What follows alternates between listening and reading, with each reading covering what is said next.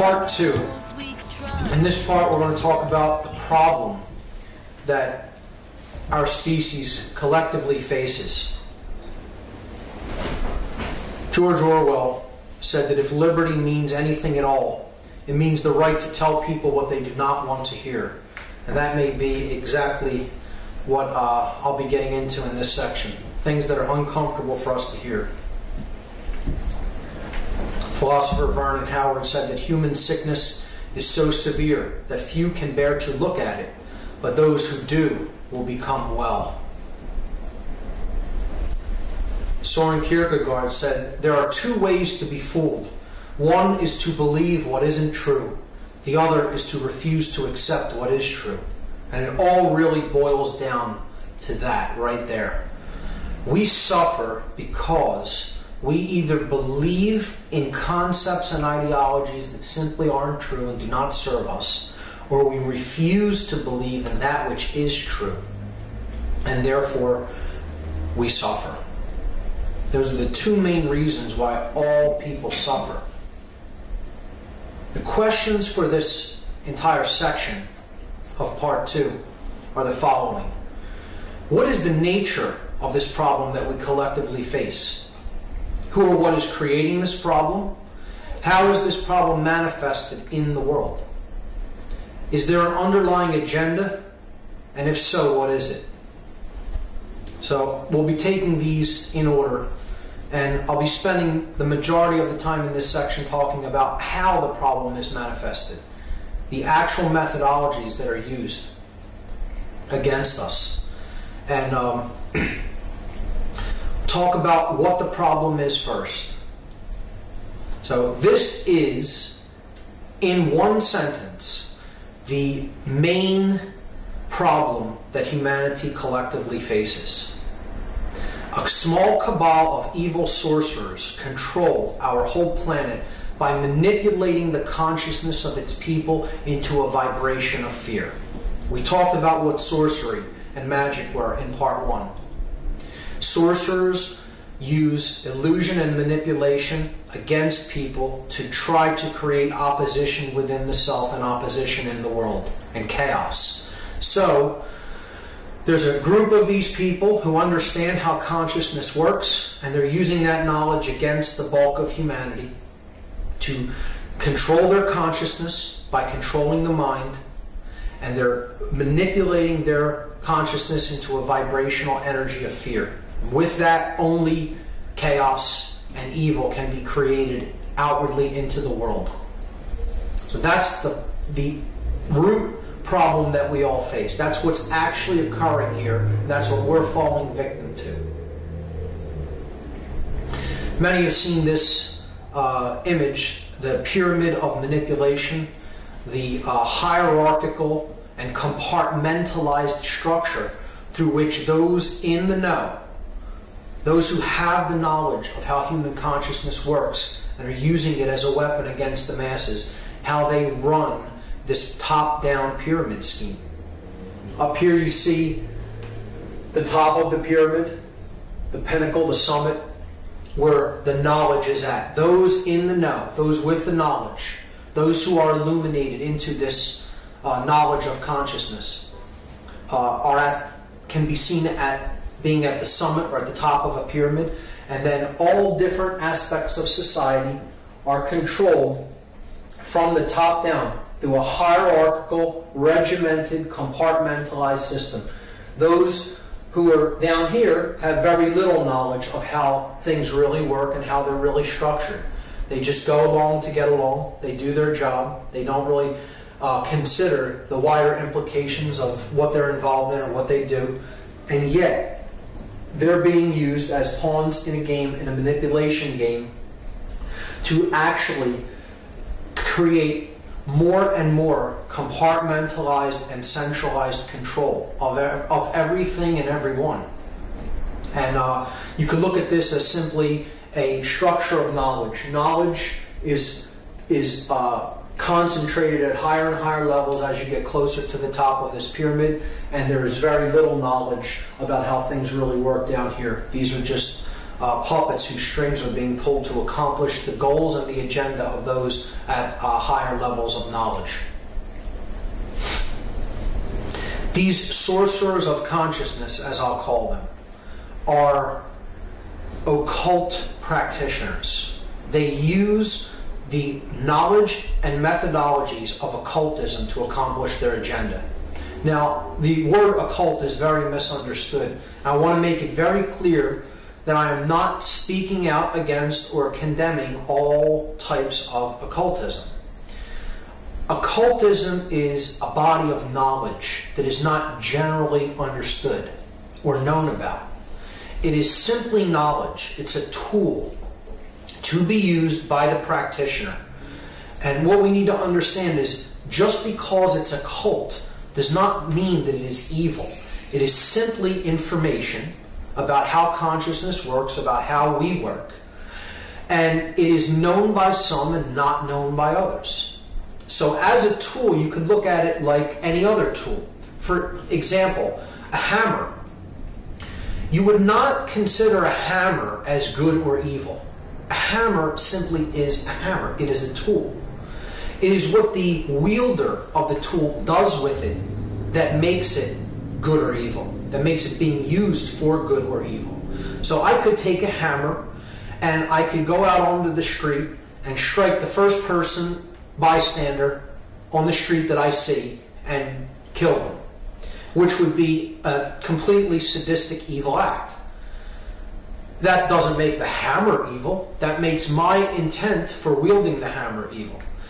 I could take that same hammer and go and use it to build a shelter for a homeless individual, and I would have put an act of goodness forward into the world. So it isn't the tool itself, that's good or evil. It's the consciousness of the individual that is wielding the tool. And that's what the occult is. It is simply a tool. It is a body of knowledge. And when we get into the word, you look at the word occult, it comes from the same root as the word ocular, meaning related to the eye or related to vision. And that is exactly what the word occult means. The word occult simply means hidden. That which is hidden from sight, hidden from everyday availability or sight. We cannot perceive it because it is cloaked, it is veiled. That is what a cult is. All occultism simply means hidden knowledge. Researcher Judith Moriarty made this statement: the greatest conspiracies are not actually hidden. They are just fragmented into different pieces like a puzzle right before our eyes. So this conspiracy that I'll be talking about, this global hegemony of control, this global manipulation scheme, is right in our face, and we can't see it, most of us. It is just beyond the limits of ordinary perception because it is occult knowledge that most people have very little, if any, awareness of. So it's fragmented into different pieces, but it's right in front of us in plain sight, hidden in plain sight, so to speak. Woodrow Wilson described this manipulation. He said that we have come to be one of the worst ruled, one of the most completely controlled and dominated governments in the world. No longer a government of free opinion, no longer a government by the conviction and vote of the majority, but a government by the opinion and duress of small groups of dominant men. And you would think that an individual like this would understand how the government had come to be structured. This section I'm just going to lay out. I'm not going to go into great detail about how all of these groups are interconnected and related and their histories, because that information is there to be gleaned from a number of researchers who have done intricate, detailed work, made a life's work of understanding these groups and their connections. I'm simply going to lay out an overarching idea of who the hidden occult controllers of this planet are, and give you a general idea of the types of organizations that they work through. So any organization that is globalist in nature, that is working toward a world government, toward greater centralization of power, think tanks that are interconnected and working toward common worldwide goals and worldwide laws. I simply refer to these organizations as globalists because that's what, in fact, they are. Organizations like the United Nations, the G8, G10 family of nations.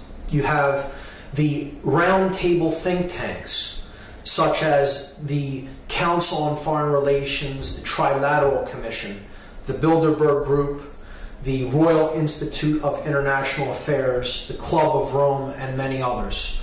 And the bottom right there you see a collage of different members of an organization known as the Project for the New American Century.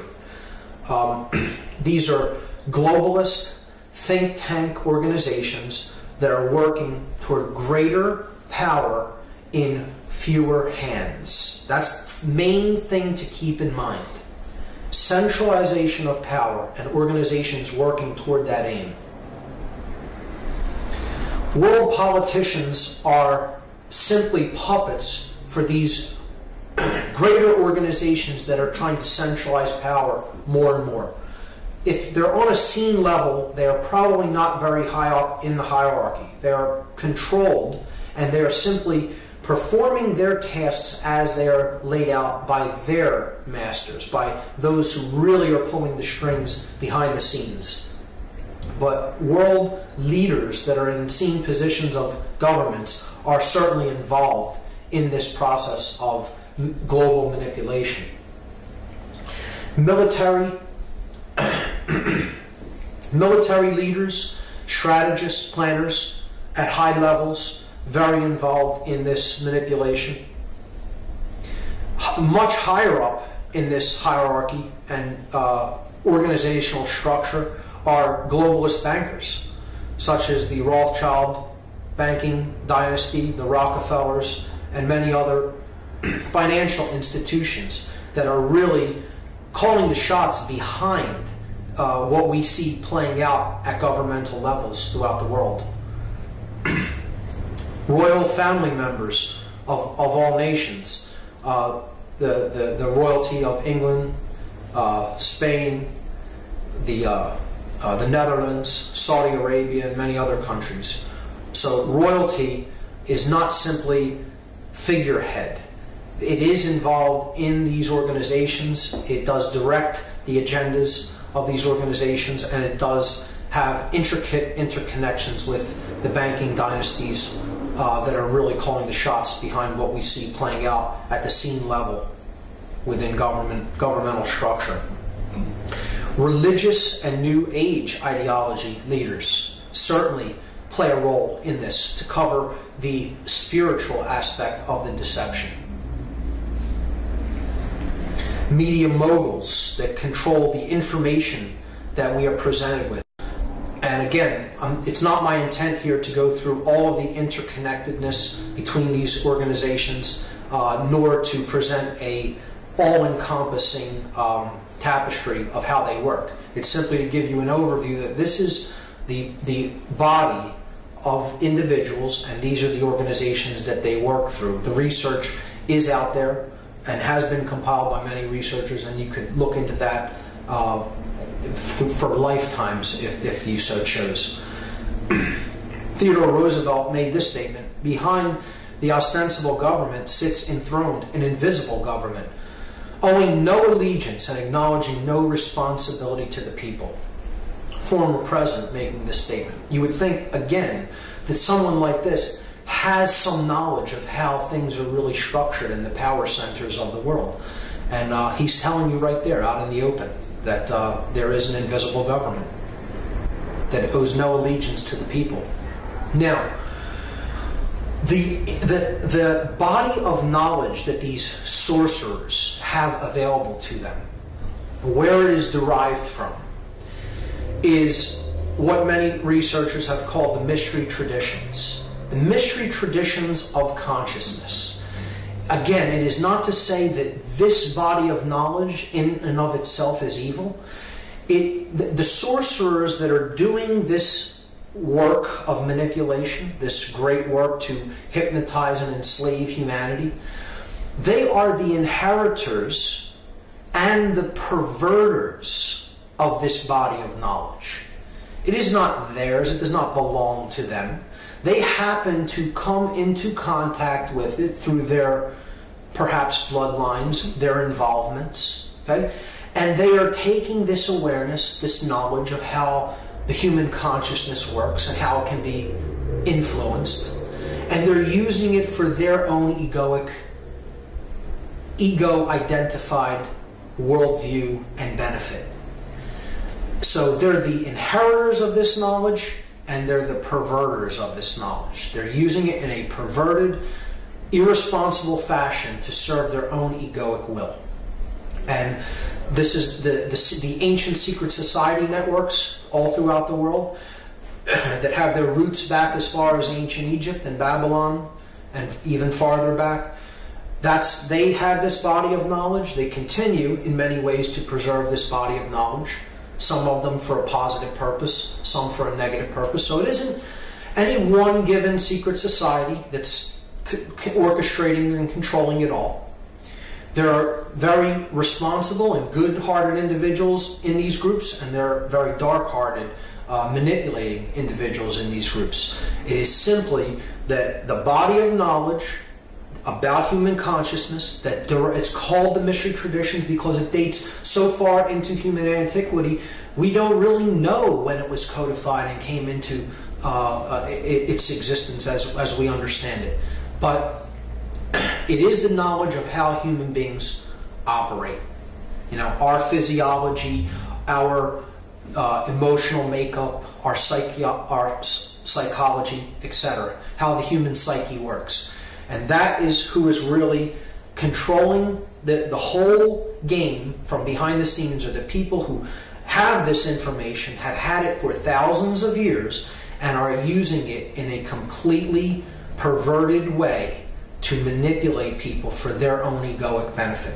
So that's clear. That's crucial to keep in mind, and to keep it clear that, again, it is not the knowledge of the mystery traditions or the mystery traditions themselves that is evil. It is how imbalanced consciousnesses are using that knowledge to control people. So this is one of the structures of secret societies. In this case, it happens to be Freemasonry. You see that it is a compartmentalized, pyramidal structure. Okay? It's hierarchical. So it's a top-down scheme. Higher levels of knowledge in fewer people's hands as you get closer to the top, and then as you get down near the bottom, there's many more people that comprise that group, but they're less in the know than those smaller groups at higher levels. So it's simply a process of compartmentalization and the hierarchical structure of knowledge. So you want to get to this level, you have to play the game to get up to this level, and then you're initiated into that knowledge. And it is my contention that this is the entire reason that this knowledge has been perverted in the way that it has. This is not a democratization of knowledge. This is elitism when it comes to knowledge. This isn't giving knowledge out to everyone freely, regardless of who wishes to have it.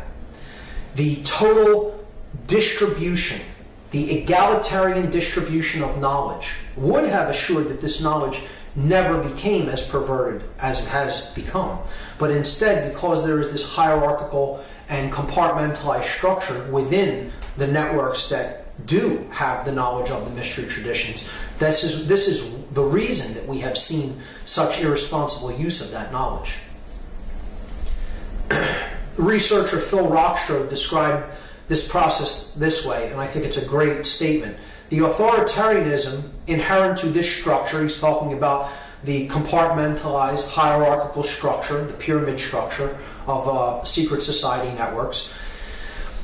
This authoritarianism inherent to this structure is antithetical to the concept of the rights and liberties of the individual. Most individuals bound by secrecy-prone hierarchical values will, over time, lose the ability to display free thinking, engage in civic discourse, and even be able to envisage the notion of freedom. And that's what it is really all about.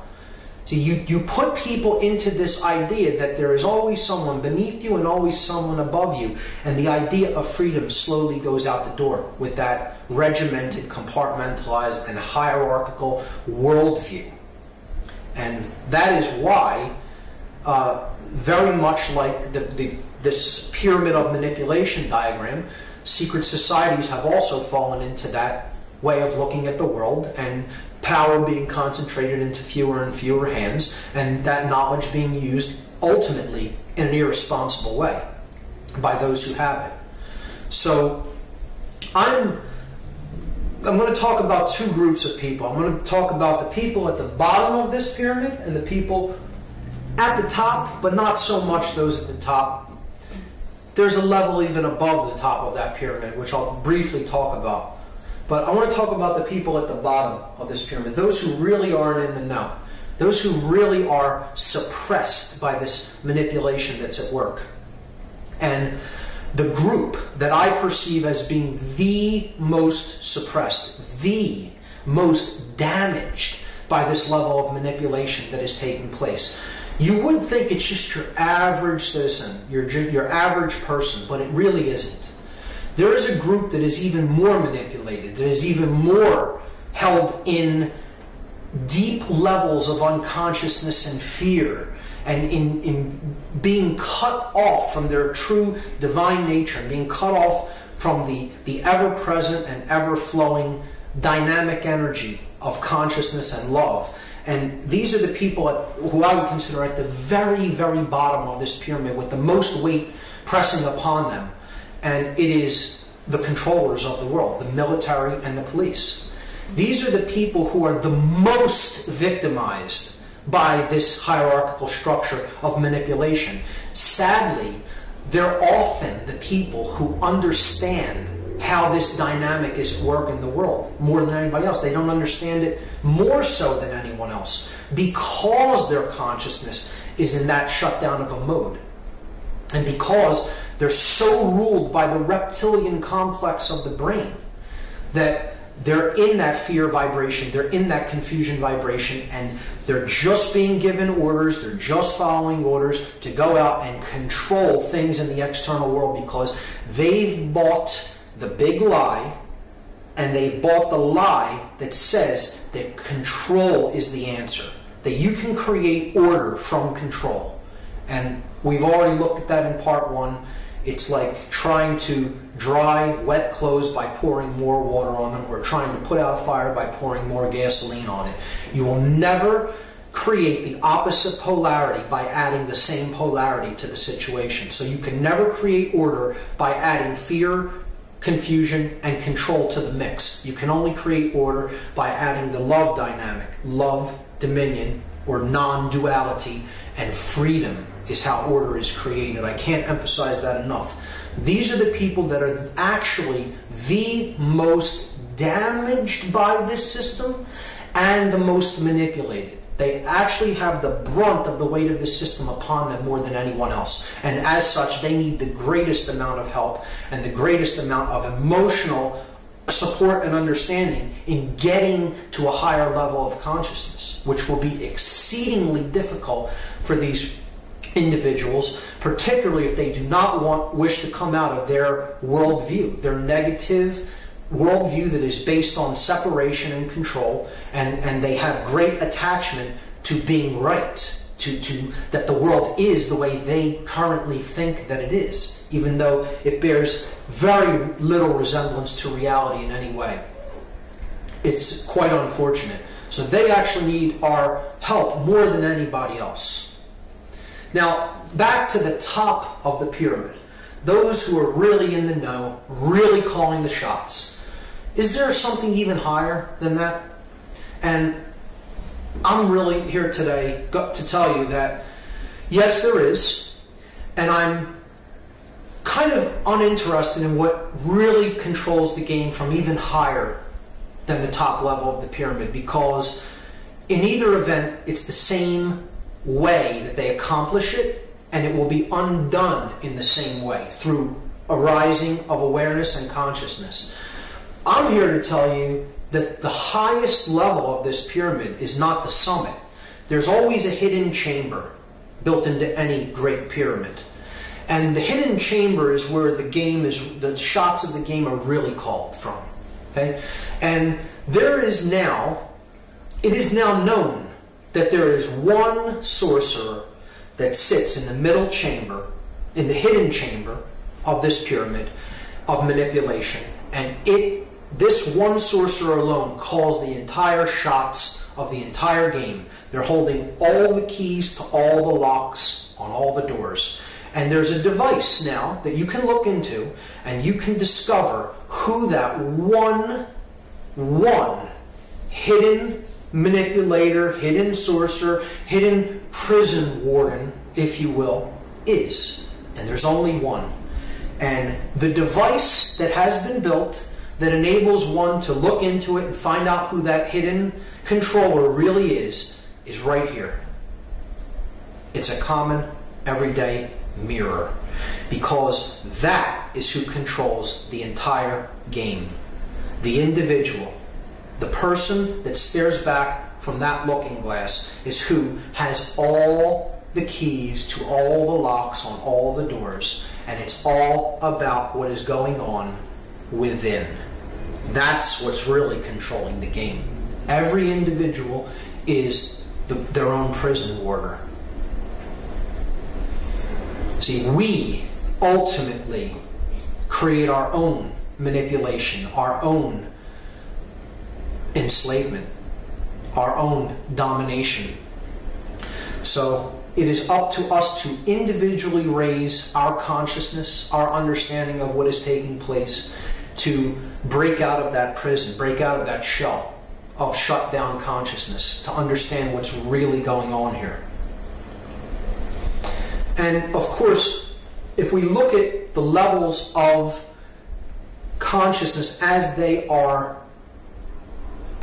manifest in the physical world, we understand that there's one way that manipulators, people who are attempting to manipulate consciousness so that they come out on top and other people suffer as a result, they have to attack really one aspect of the individual.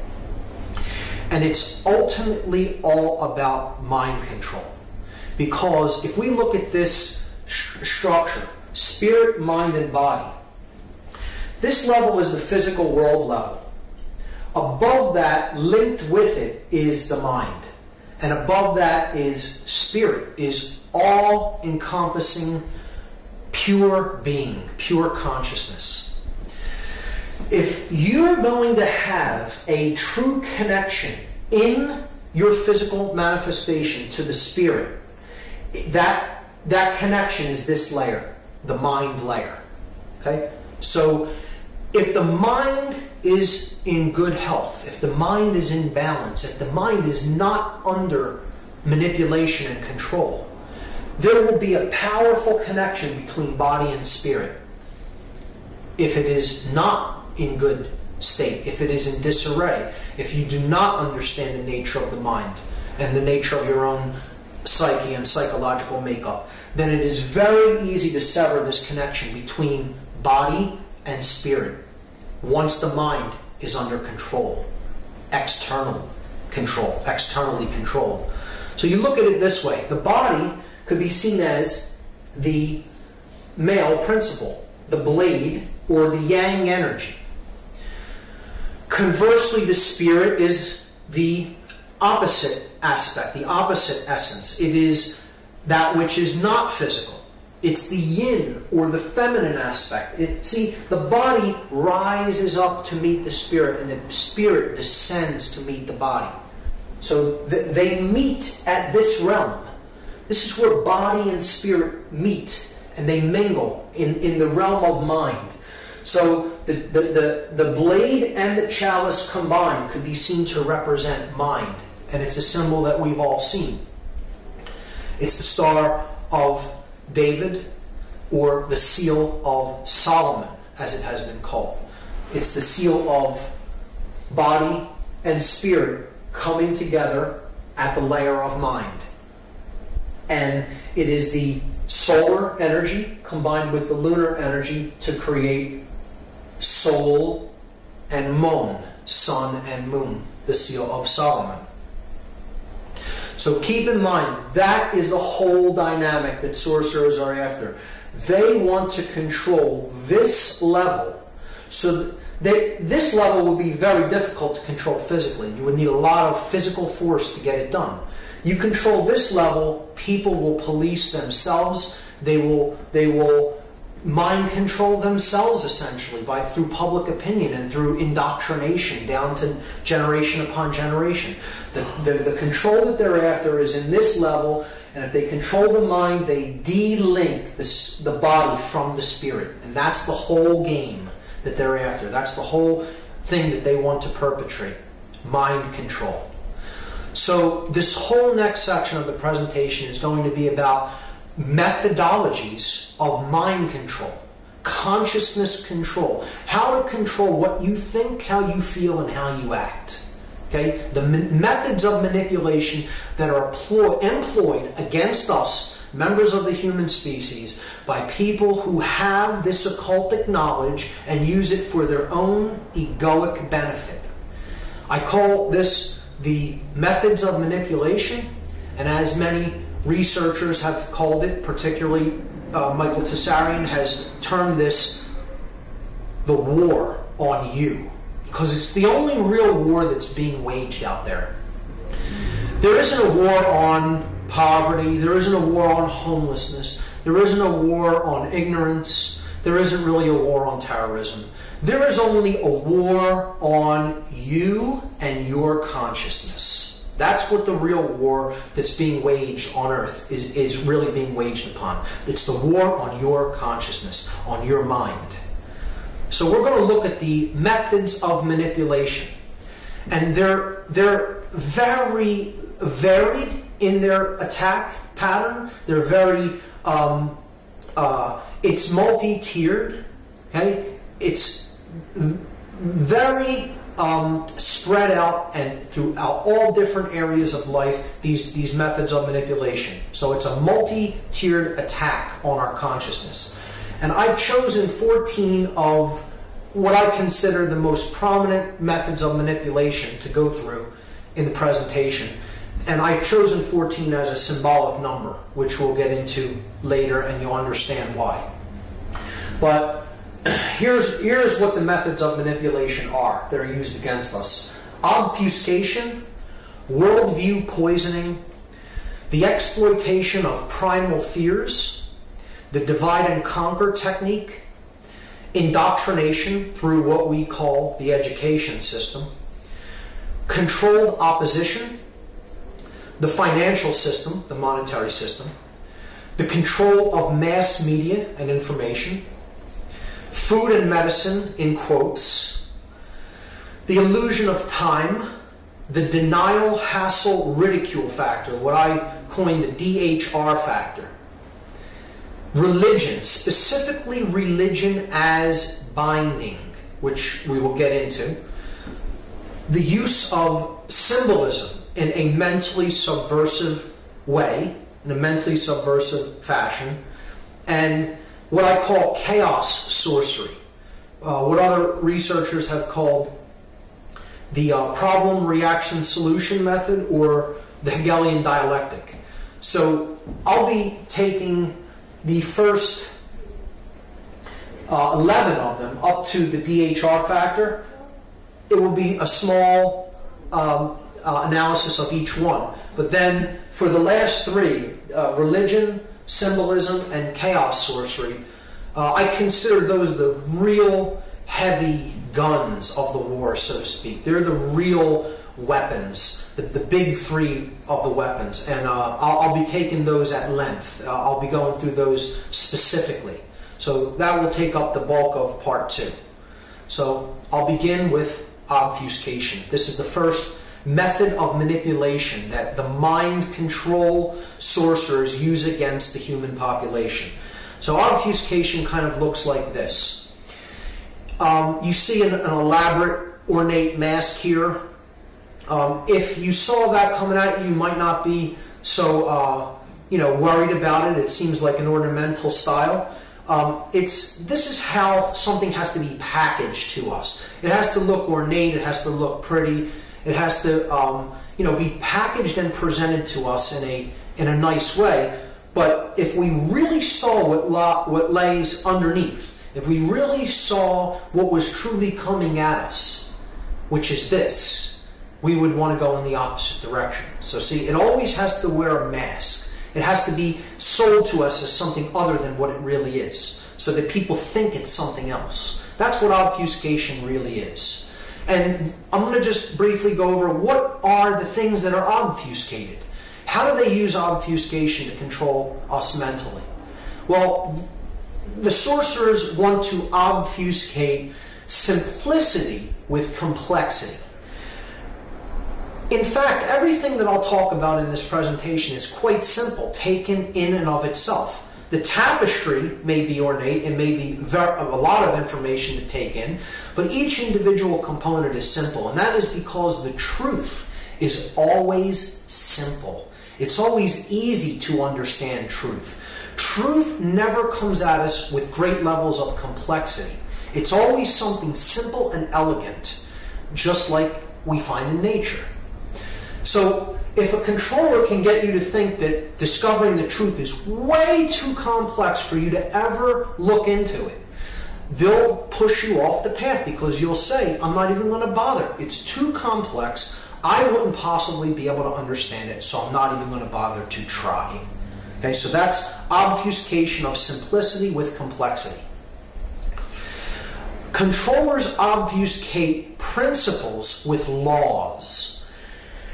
Principles are based in conscience of doing the right thing because one has consciously recognized it as the right thing.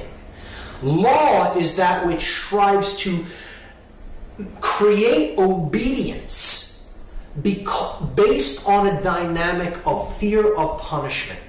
You're codifying something and saying you must conform to this, you must comply to this, not because you have recognized it as such, as being true and as being the right thing to do, but because in fact you will be punished by someone if you do not conform to this or comply to it. And that modality of consciousness is based in fear. Law is based ultimately in fear consciousness, whereas principles are based in the recognition of truth and having conscience be born within an individual. And as such, that consciousness is based in love, embodied in a man like Gandhi, a man of principle. So the next thing that they obfuscate is dominion with fear of punishment. So this is a person who rules the kingdom of the self. They've activated the energy within them. They have united the male and female polarities, the yin and the yang, and they have raised their consciousness to a vibration of the solar mind, to the love energy dwelling within them. And they don't take actions because they fear the punishment if they don't do or do not take a certain action. They take an action because they themselves understand and have recognized that that action exists in harmony with natural law, with the natural order of the universe, with the truth. It resonates in truth. And that individual has made that recognition according to their own will and their own consciousness, not because they fear punishment. Taking that Taking an action or not taking an action because you fear punishment is the lowest level of consciousness that you can take or not take any action.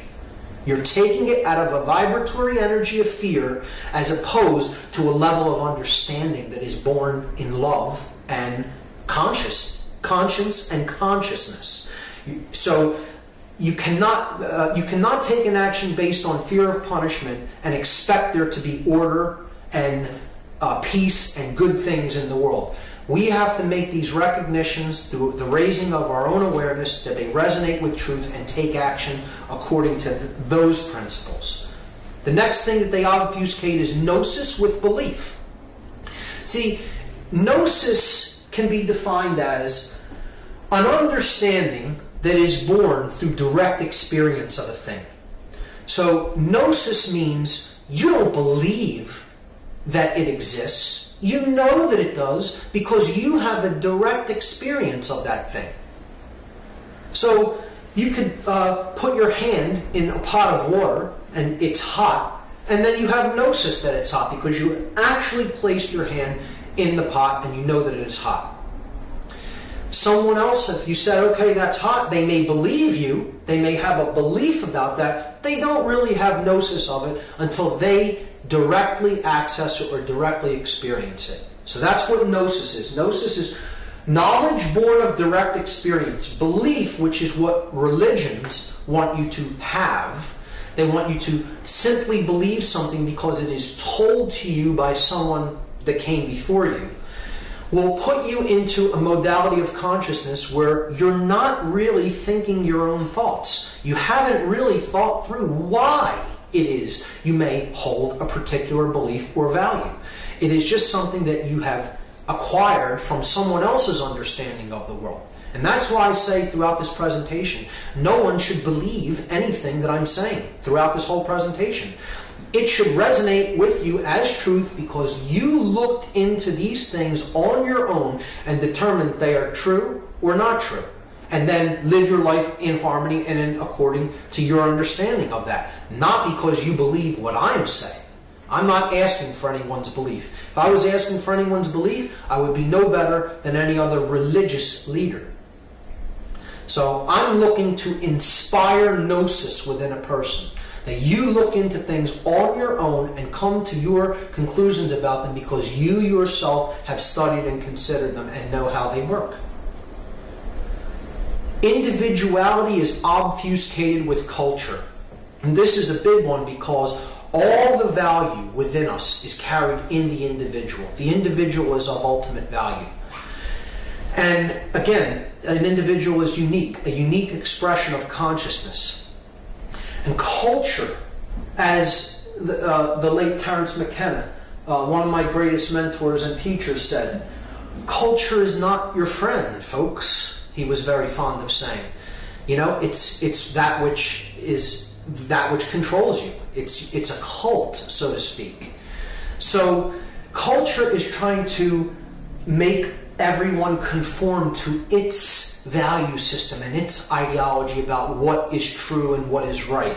And oftentimes that's not really in harmony with the truth, with natural law, with how things really operate in the world. It's simply that way because people who came before us made it that way. And we're just going along with it. We don't know whether it's actually right or getting anything really of great value and something that can lead to our actual fulfillment out of it. We're just going along with it because others before us did it, and we're expected to take up that mantle and do the same thing in culture. So it's a self-perpetuating, institutionalized belief system. It's an institutional paradigm, a way of looking at the world. And that's what they try to tell you your individual identity is. It's a member of culture. Well, that isn't what your individual identity is. The true identity of the self is pure consciousness experiencing itself in a multitude of forms, and that's where the greatest value lies, within the individual, not within a culture. They obfuscate openly truth with lies. This is very simple. They'll just tell you black is white, white is black, and it's this way because we said so, because we're the arbiters of truth, and we will tell you what is right and what is wrong. We'll make it up as we go along, depending on our objectives and our aims and our goals. So the truth is what we say it is. It's not something that's out there. It's just all relative. Moral relativism again. The truth is what I say it is, because that's what's good for me. Well, that isn't really what truth is. Truth is actually independent of the individual, and we need to use our perceptions to get into harmony with it. The truth actually exists independent of what we think or feel about it. So that's another method of obfuscation, and this is how moral relativism works. Obfuscate the truth with lies. Obfuscate good with evil. Get everybody believing that they'll continue to do things that really aren't good for them, but they'll end up getting something good out of it. This is the hamster in wheel syndrome. I'll keep doing this and getting one result, but expect to get another result, which I can never get by doing this, but I'll continue to run around in the wheel anyway. See, they want you to believe that you can get that which is good by really doing things that are harmful ultimately, and are not in harmony with nature, in harmony with natural law, in harmony with the truth. So people are really living this here. They're living that which is going to get them that, and they think it's going to get them this. And it'll never work that way. And that's what attachment is all about.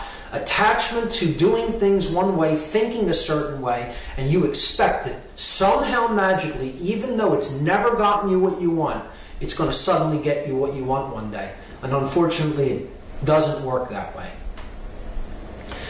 The next method of manipulation is worldview poisoning, as we talked about a bit in part 1. Worldview poisoning is through constant application of repeating certain phrases, repeating certain concepts, and putting ideas into people's minds, you get people to look at human nature in a certain way, as damaged, as fundamentally flawed. Even upon coming into the world, we're born in an evil state, we're born in a damaged state, in an impure state. And that isn't really what human nature is. We have to see this for what it is, a method of worldview poisoning. We don't come in evil, we are conditioned through those who have come before us and through the bad information that we take in and accept as truth. That's how we become flawed in our ways of looking at the world and of being in the world. This is what human nature really looks like. It is fundamentally good. It is fundamentally nurturing and protecting, and wants to help raise ourselves and other beings to higher levels of awareness.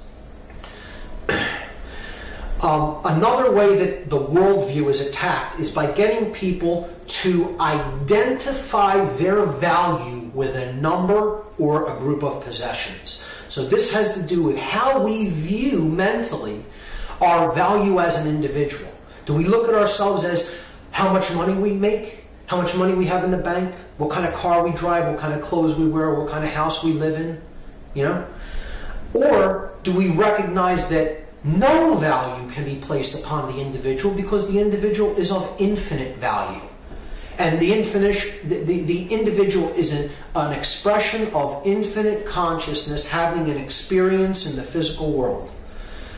And if we look at that as our value, then we can't be brainwashed, we can't be mind controlled, because we'll recognize the spiritual nature of ourselves in others that we're around.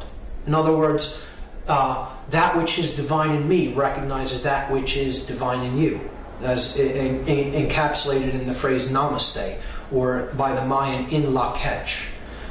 I am another you, you are another me, because this is our true value.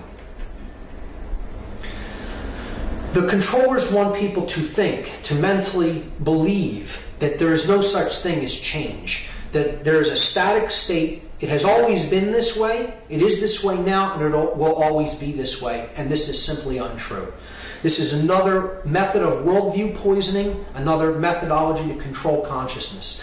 I'll often say to people, so much change is occurring, it's almost impossible to keep up with it. And people often respond, nothing's ever going to change. It's always going to be this way. They're a victim of this worldview poisoning that it is impossible to create change, because they think that change has to be something that happens instantly on a global level. It doesn't work that way. The global change is happening slowly by individuals changing themselves, their own consciousness. We have to change and become the butterfly, and that's how change happens on a global scale. Okay? So change is possible. Thousands of people alive today are evidence of this, and it can be done. It often happens in small steps, and it happens by each individual being the change, changing themselves. The next method of manipulation is preying upon our primal subconscious fears that go back to human antiquity. And here's what they are. Our primal fears are fourfold.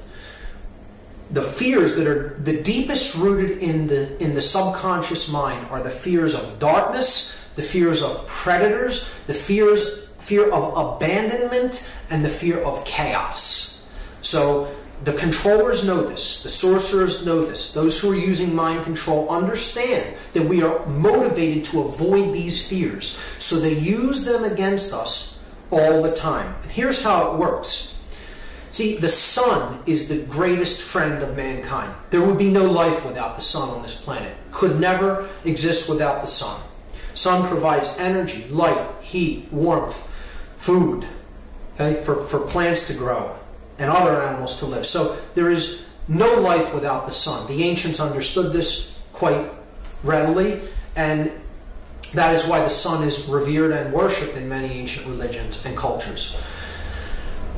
Winter is a time of the sun not being present, so along with that you get the cold, you get die off of plants, you get the scarcity of food, you get animals coming in and encroaching territory, and things becoming a more dangerous place. So you're looking to the father figure, the strong male dominant father figure, for protection of those that aren't as strong and are as physically able to control the surroundings. So when the sun is going down and not present, or is absent for a long time, as in winter, the main source of protection is the male dominant father figure of the tribe or the culture, because he is the one that will protect the tribe, protect the family from these guys, the predators. That ties in with the other primal fear. So you have the fear of darkness tied in with the fear of predators. And if the father figure abandons his people that he is protecting, then they are exposed to the influence of predators. So there is where the fear of abandonment ties in to this story about how these subconscious fears have been working on us since the dawn of mankind, since human antiquities. And when we get into that situation where there may be predators around us, the first thing we're going to cry out for is do something about it. This can't continue to go on. We need to be protected by the big daddy figure, the male dominator father figure, which in our culture has become the governments of the world. Those who we look to for protection, and we are dependent upon, we have become dependent upon, because they have been propped up as the male father figure of our culture to protect us against any threats. When in fact, the joke is really on us. Because a predator, if you break the word down, is simply a predator, one who has come before another. And again, this ties in with the ancient mystery traditions, the ancient secret societies that had the information of consciousness, and these are the people who are ultimately in control now, who are calling the shots from behind the scenes, and they are predators to our level of awareness. They've had this knowledge for thousands of years. They know we don't have it. For them, it's almost as simple as shooting fish in a barrel, because they have all this knowledge about how we work. We have very little knowledge about how we work, and many don't even desire to have it. That's one of the main problems.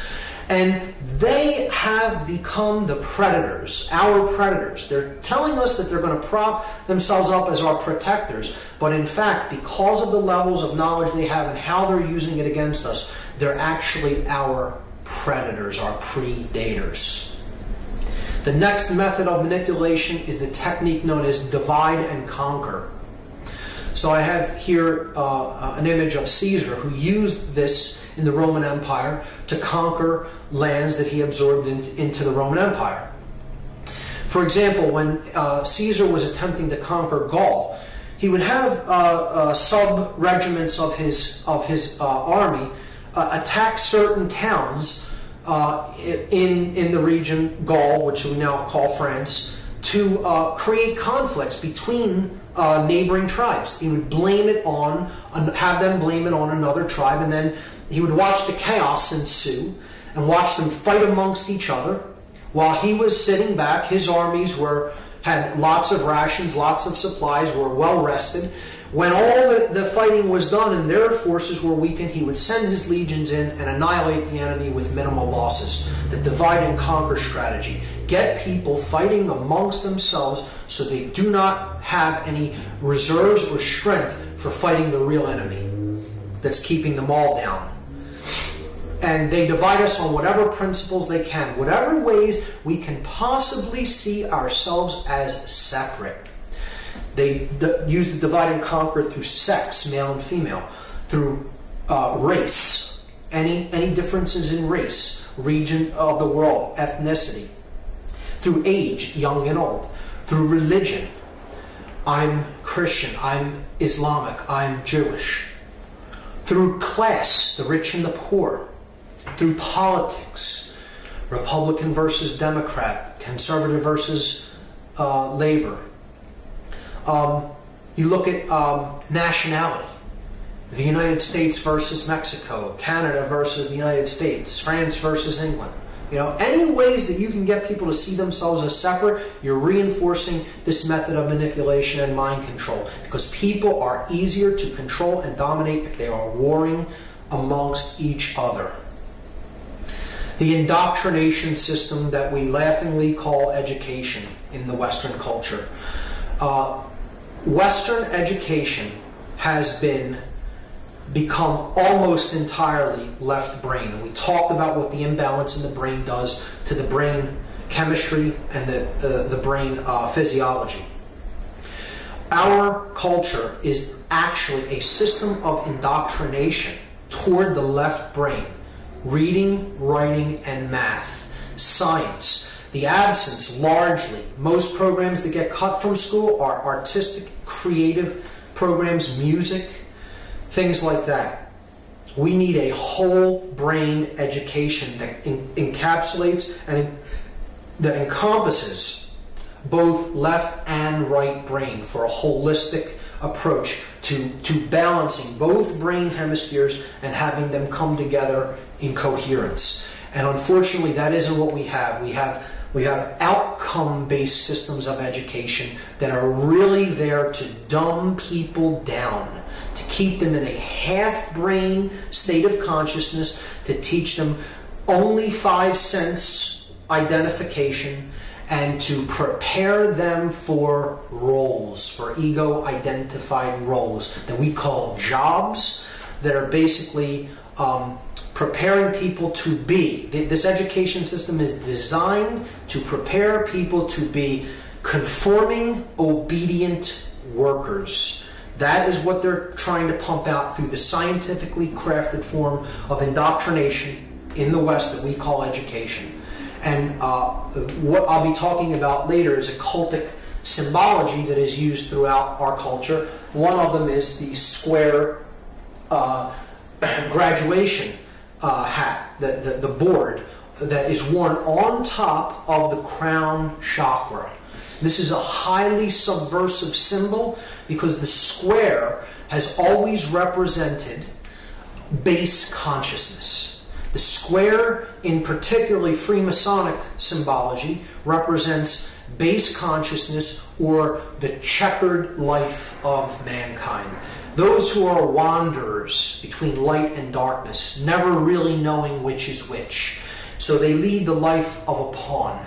And it's particularly subversive because it's a black square that represents darkness, ignorance, strife, conflict. The black square, a highly subversive symbol, and they're placing it upon graduation, upon the crown chakra, the place where the energy of consciousness is strongest in the physiology. And a highly subversive symbol representing that one has become gradually indoctrinated. They have graduated to the consciousness of the square.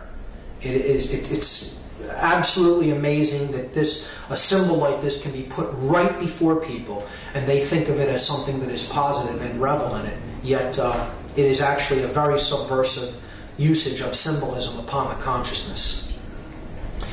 The next method of manipulation is controlled opposition. So this is the illusion of two opposing forces fighting each other when in fact they're actually the same force. It's a flip side of the same coin. Best example of this is Democrat versus Republican. There is no difference between the two. There is only really one political party doing the agenda of the manipulators behind the scenes, the international banking dynasties and the occultic controllers that call the shots. This is a great political cartoon here. The two-party illusion is the first aspect of this controlled opposition. Again, no difference between Republican and Democrat. They're two wings of the same bird. Vote all you want. The flight plan does not change. The body, they're both connected to the same body and they're flying to the same place. And if you need any clearer example of this, look to the 2004 election scam, the election fraud between John Kerry and George Bush, because they're both members of the elite order of the Skull and Bones, Yale fraternal order, based on a dark sect of Freemasonry, what I would call a rogue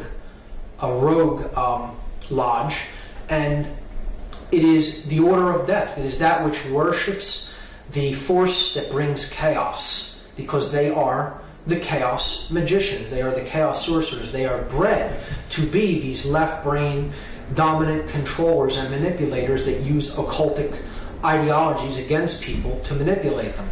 And these two men are both orders of members of the same fraternal brotherhood of Yale University, the Skull and Bones. A bit about the symbology of the skull and the bones. The skull is where thought takes place. The bones, the crossbones, are what we use to perform action. But you'll notice that there is a lost mode of consciousness here. There is thought and action, but no emotion. The sacred feminine is removed from the equation because the sorcerers of consciousness are those who use their intelligence and their will to act, but have no emotion. So they are the skull and the bones. They don't care about the consequences of their actions in the external world and what their actions do to others. They're only using their egoic will, the bones, and their cleverness, the left brain consciousness, the left brain aspect of human thought with no connection to the wisdom or the nurturing or the intuition of the right brain to do whatever they want to do their egoic will. The flip side of this controlled opposition is the New Age movement. And this may somewhat upset some people who are into New Age ideologies. I don't think all New Age movement ideologies are bad or negative or shouldn't be looked into. I certainly think they should be looked into. I think meditating in the proper context is a great form of experiencing pure awareness. However, I think that the New Age movement is largely co-opted, and it is being used as something to get people never to look at the negative. To say, Don't look at that. That's negative. You're being negative by saying that people are being manipulated. Speak no evil, see no evil, hear no evil. And that ideology isn't going to get you anywhere. That's not going to get you closer to the understanding of why things are the way they are. That's an ostrich with his head in the sand syndrome, as far as I'm concerned. So the New Age movement can imbalance people toward the right brain if they're not careful, and they keep going into these ideologies that says there's no such thing as anything negative. Don't look into any of the negative. It really isn't going to get us anywhere in understanding why things are the way that they are and how they got that way. We need to confront the negative, not be totally absorbed by it or to completely get lost in it, but we need to look into it, confront the dark recesses of the psyche and the origins of the human ego and the human attachment to the physical world, to understand why evil has come into manifestation to the extent that it has in our world.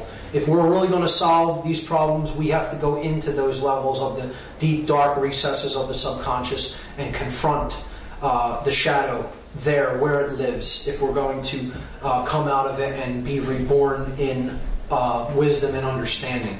So that is controlled opposition. The next method of manipulation is one of the biggest, and it's one of the hardest to transcend and rise above because of how ingrained the belief in the financial system is in our world. So the financial system is basically a system of enslavement, and it is based on the principles of fiat currency and debt, which we will talk about.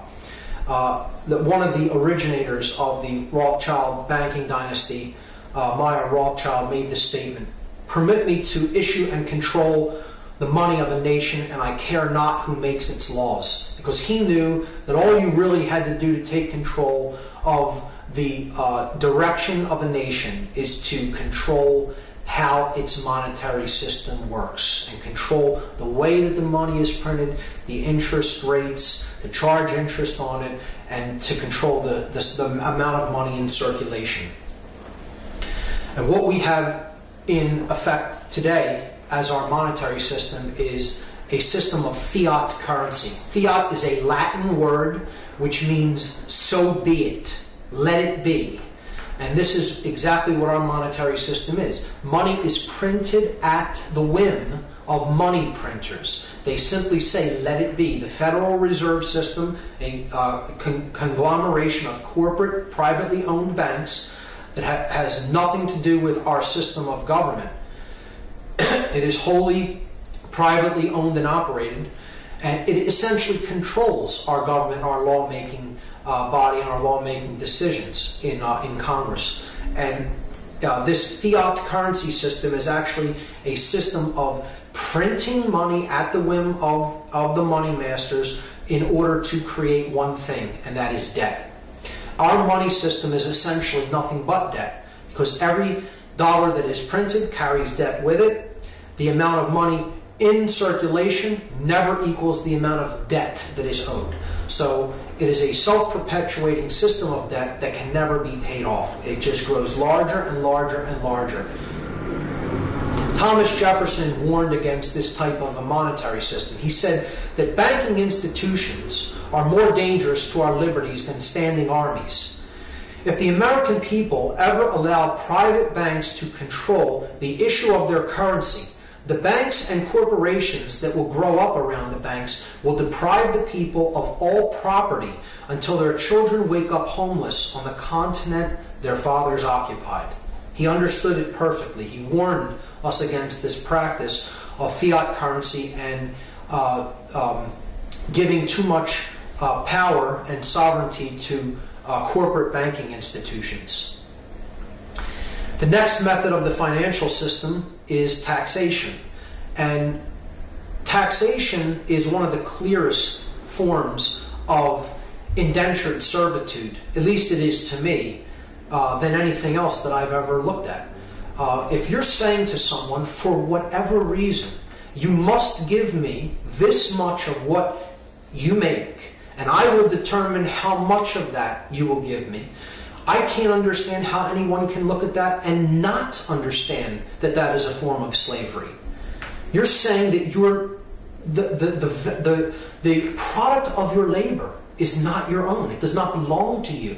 It's essentially saying that your physical body that you use to put your labor into effect in the physical world does not belong to you, and it is owned by someone else who can tell you what you will and will not do with your earnings. So this slide should upset a great deal of people, because these 4 months are essentially the months of the year that your average middle-class American works for nothing. All of this money is given to the state. All the money you make on all of these days, January, February, March, and April, are all given to the state through various forms of taxation. Then you're taxed on what you buy as well.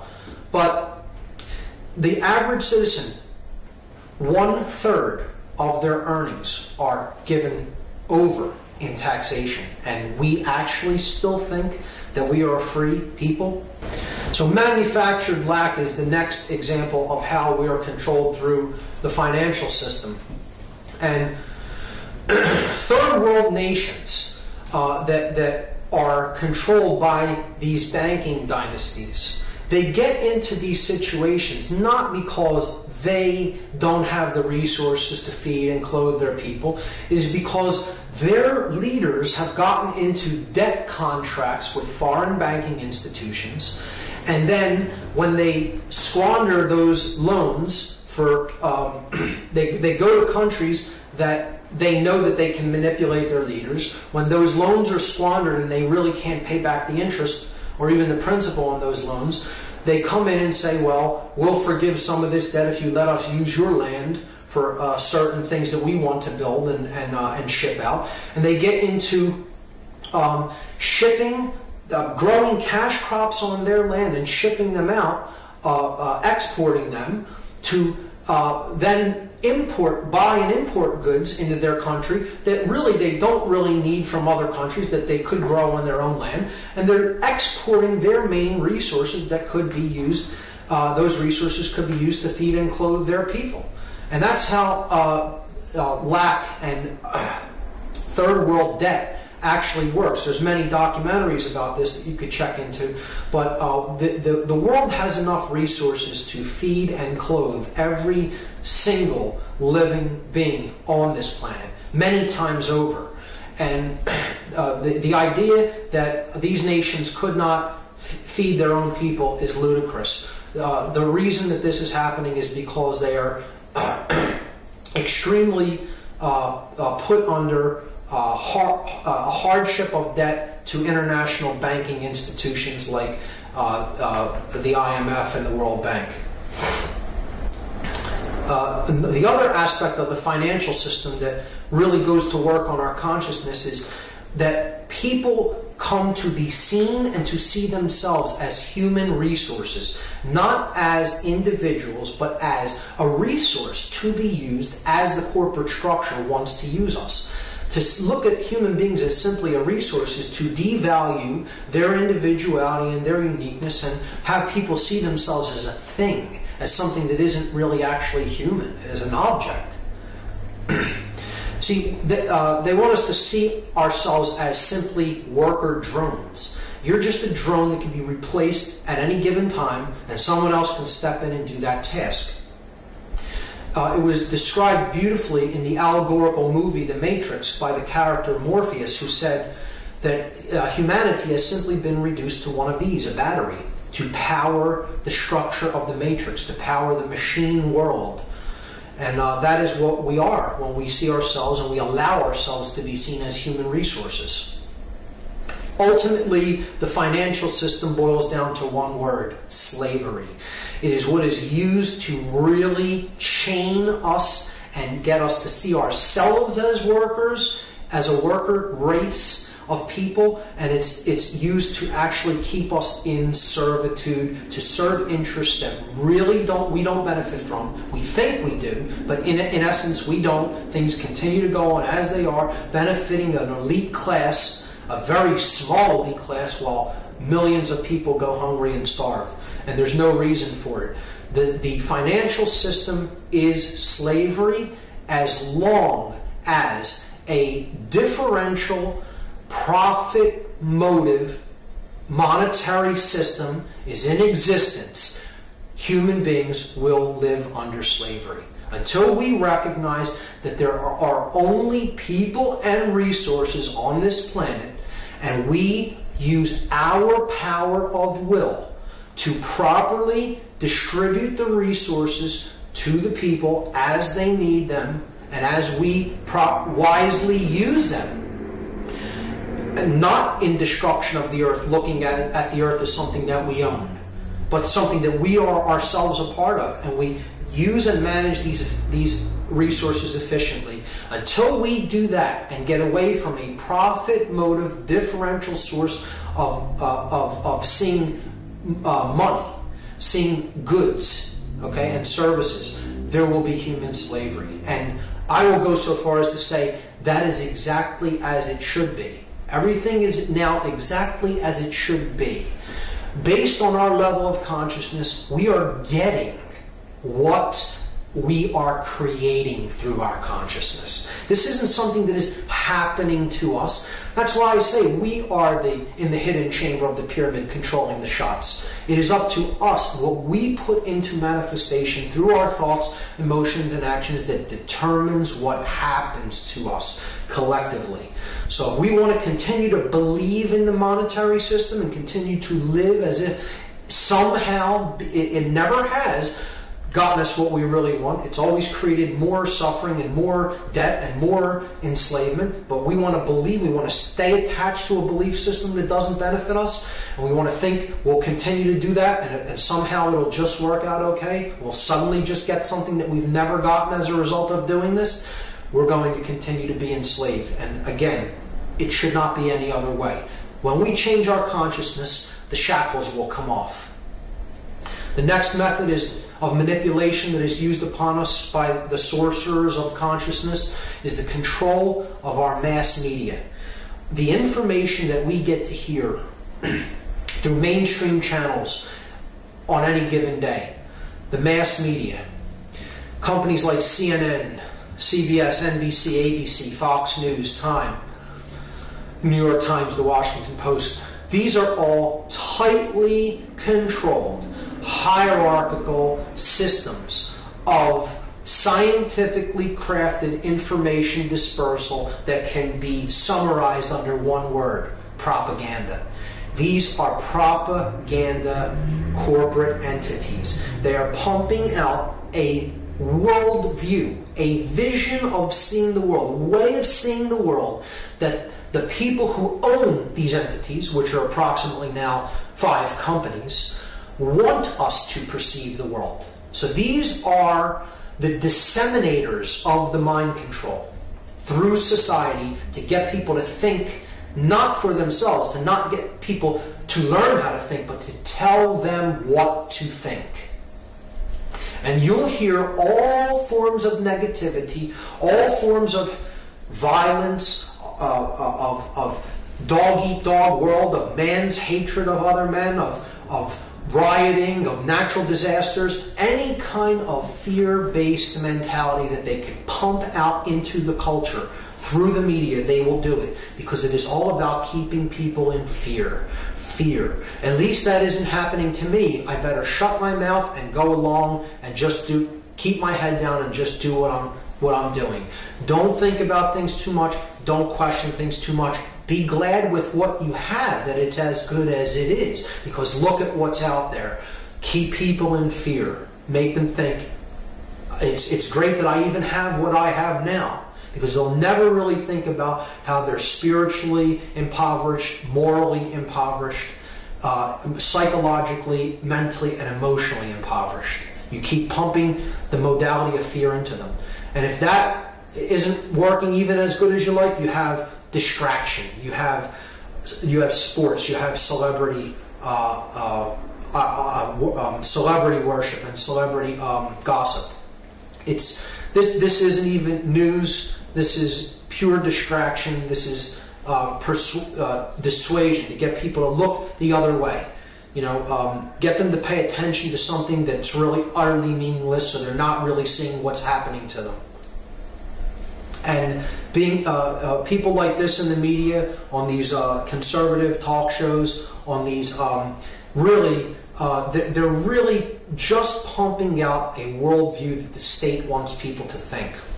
And essentially, all these talking heads really are parrots. They are parroting an official version, an official worldview, an official storyline, the movie, as the researcher David Icke calls it, to get people to see this version and this vision of the world, but never really think about it in their own terms and with their own mind.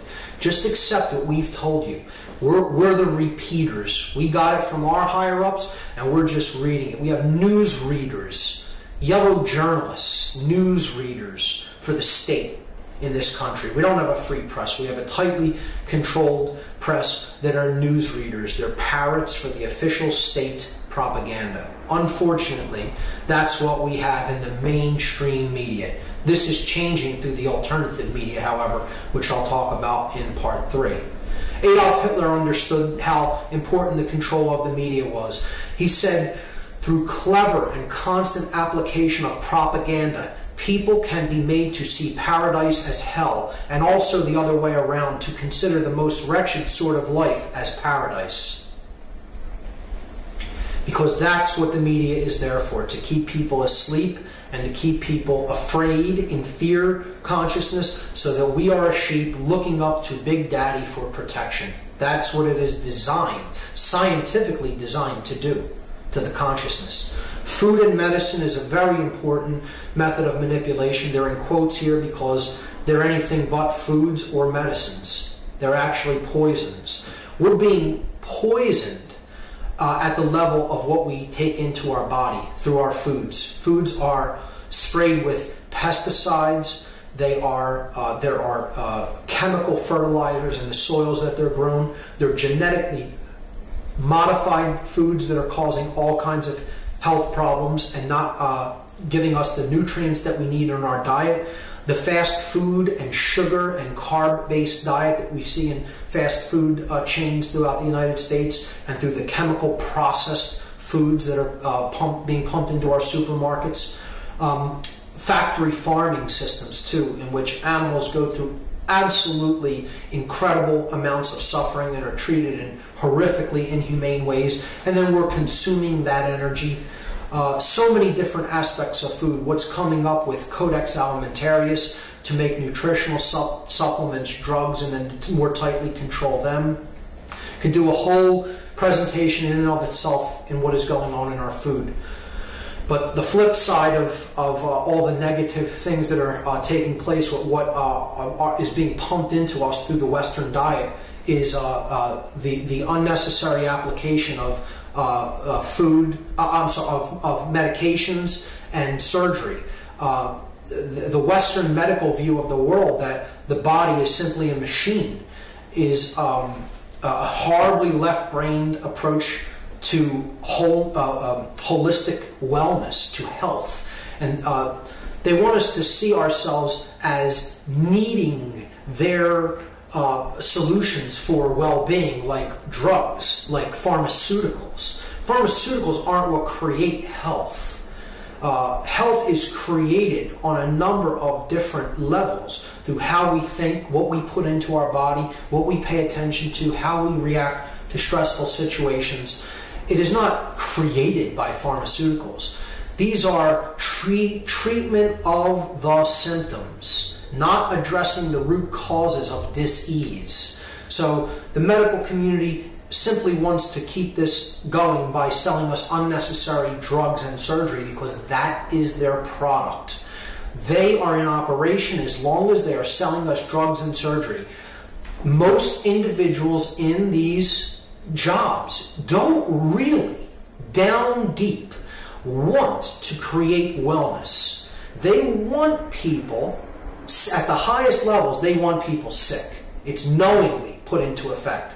They want people sick because that's how they stay in business. by having sick people. They gauge their success by how many people are ill and that we're treating. That's not a measure of success. Measure of success in any kind of true medicinal field would be how many people are well and don't need to be treated because they're in good health.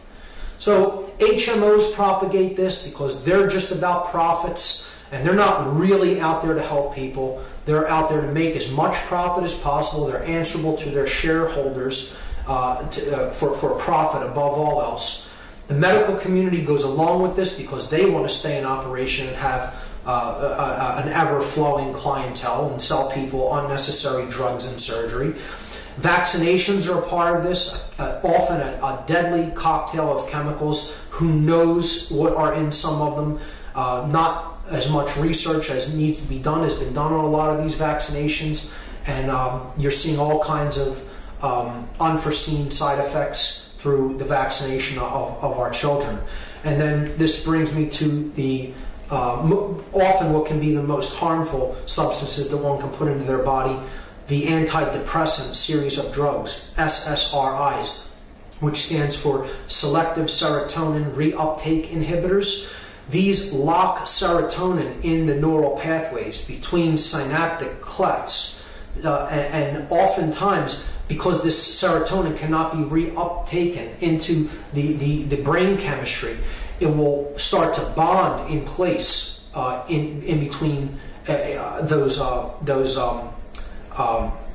neurotransmitter will bond in place in the synapses, and this can cut people off from certain emotions and certain levels of consciousness and certain ways of opening up their mind, expanding their consciousness, and seeing things in a new light. This is a scientifically engineered way of keeping people at a very specific level of consciousness and a very specific level of feeling the emotions that they're experiencing, and often not feeling them at all.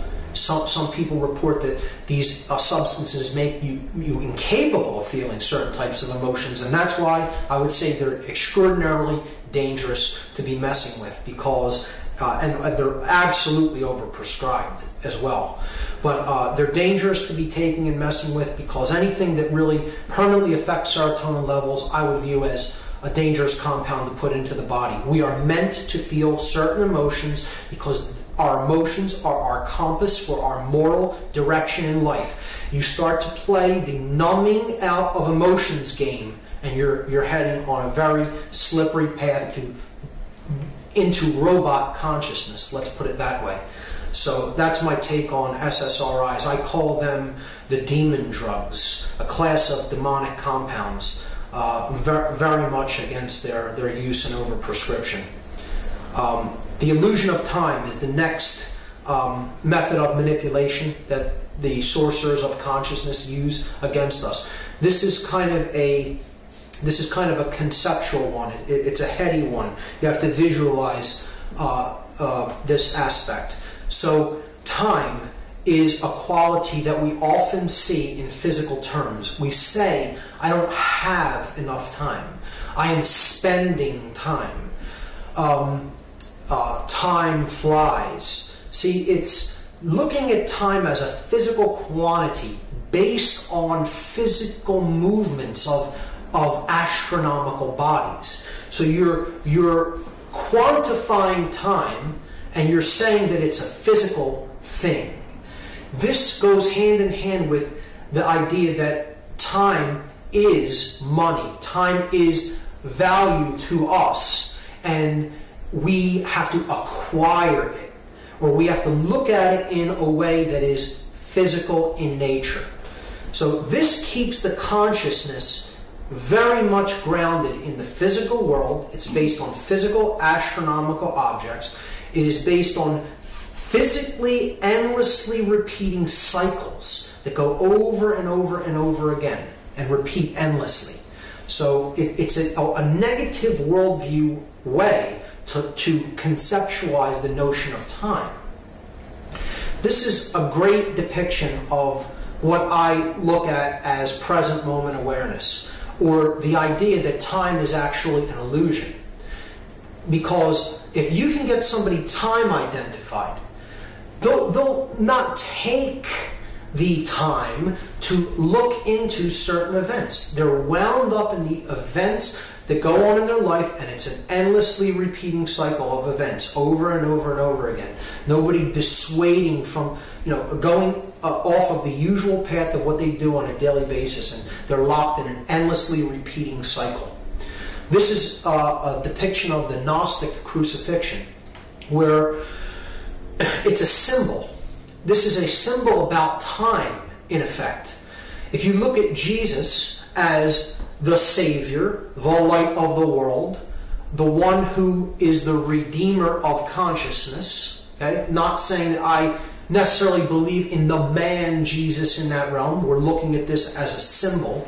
He is crucified at Golgotha, a Greek word which means the place of the skull. So the light of the world, the awakened consciousness, the Savior of the world, our consciousness that is born in the prefrontal neocortex of the brain, that the third eye, so to speak, the light, right, is crucified. He's put to death at the place of the skull. This means that the light of the world can be put to death in the mind through psychologically being identified with time. So psychological time is represented by the two thieves that the light of the world is crucified among. This is the thief of the past. He robs from the present moment awareness. What is happening now? What we're experiencing now at this moment. The present moment. The gift moment. This thief is the future. He also robs from the present moment. So if you can keep people's consciousness identified with time, they are always either in regret over the past or in anxiety over the future. They're never really rooted or grounded in the present moment, the gift of consciousness, the light of the world, understanding what's going on within you now and around you at any given time. True present moment awareness. We'll talk about that more in part 3. The last method of manipulation before I get to the big 3 is the denial, hassle, and ridicule factor. So this is threefold. The first one is denial. Again, the ostrich with his head in the sand. Don't look at these things. They're all negative. Why would you bother spending your time analyzing the negativity that's going on? Well, because if you don't understand the problem, you're not going to make an accurate diagnosis. You need to look at the negative so you can make a diagnosis. Dia in Latin means, or in Greek means through, and gnosis means knowledge. A diagnosis happens through knowledge. And if it means looking at the negative, what's the underlying cause of the symptom you're experiencing, you need to do it. You cannot continue to exist in denial that these things are taking place. This is a serious psychological condition known as cognitive dissonance. It's simply seeing with your own eyes the negativity that's going on in the world and yet still saying it isn't that way. No, I deny that it is that way. It isn't how I see it happening before my own eyes, but I still choose to believe that it isn't so. That's cognitive dissonance. That's serious. It's a serious psychological condition of denial. Hassle is the second factor of the DHR factor, denial, hassle, ridicule.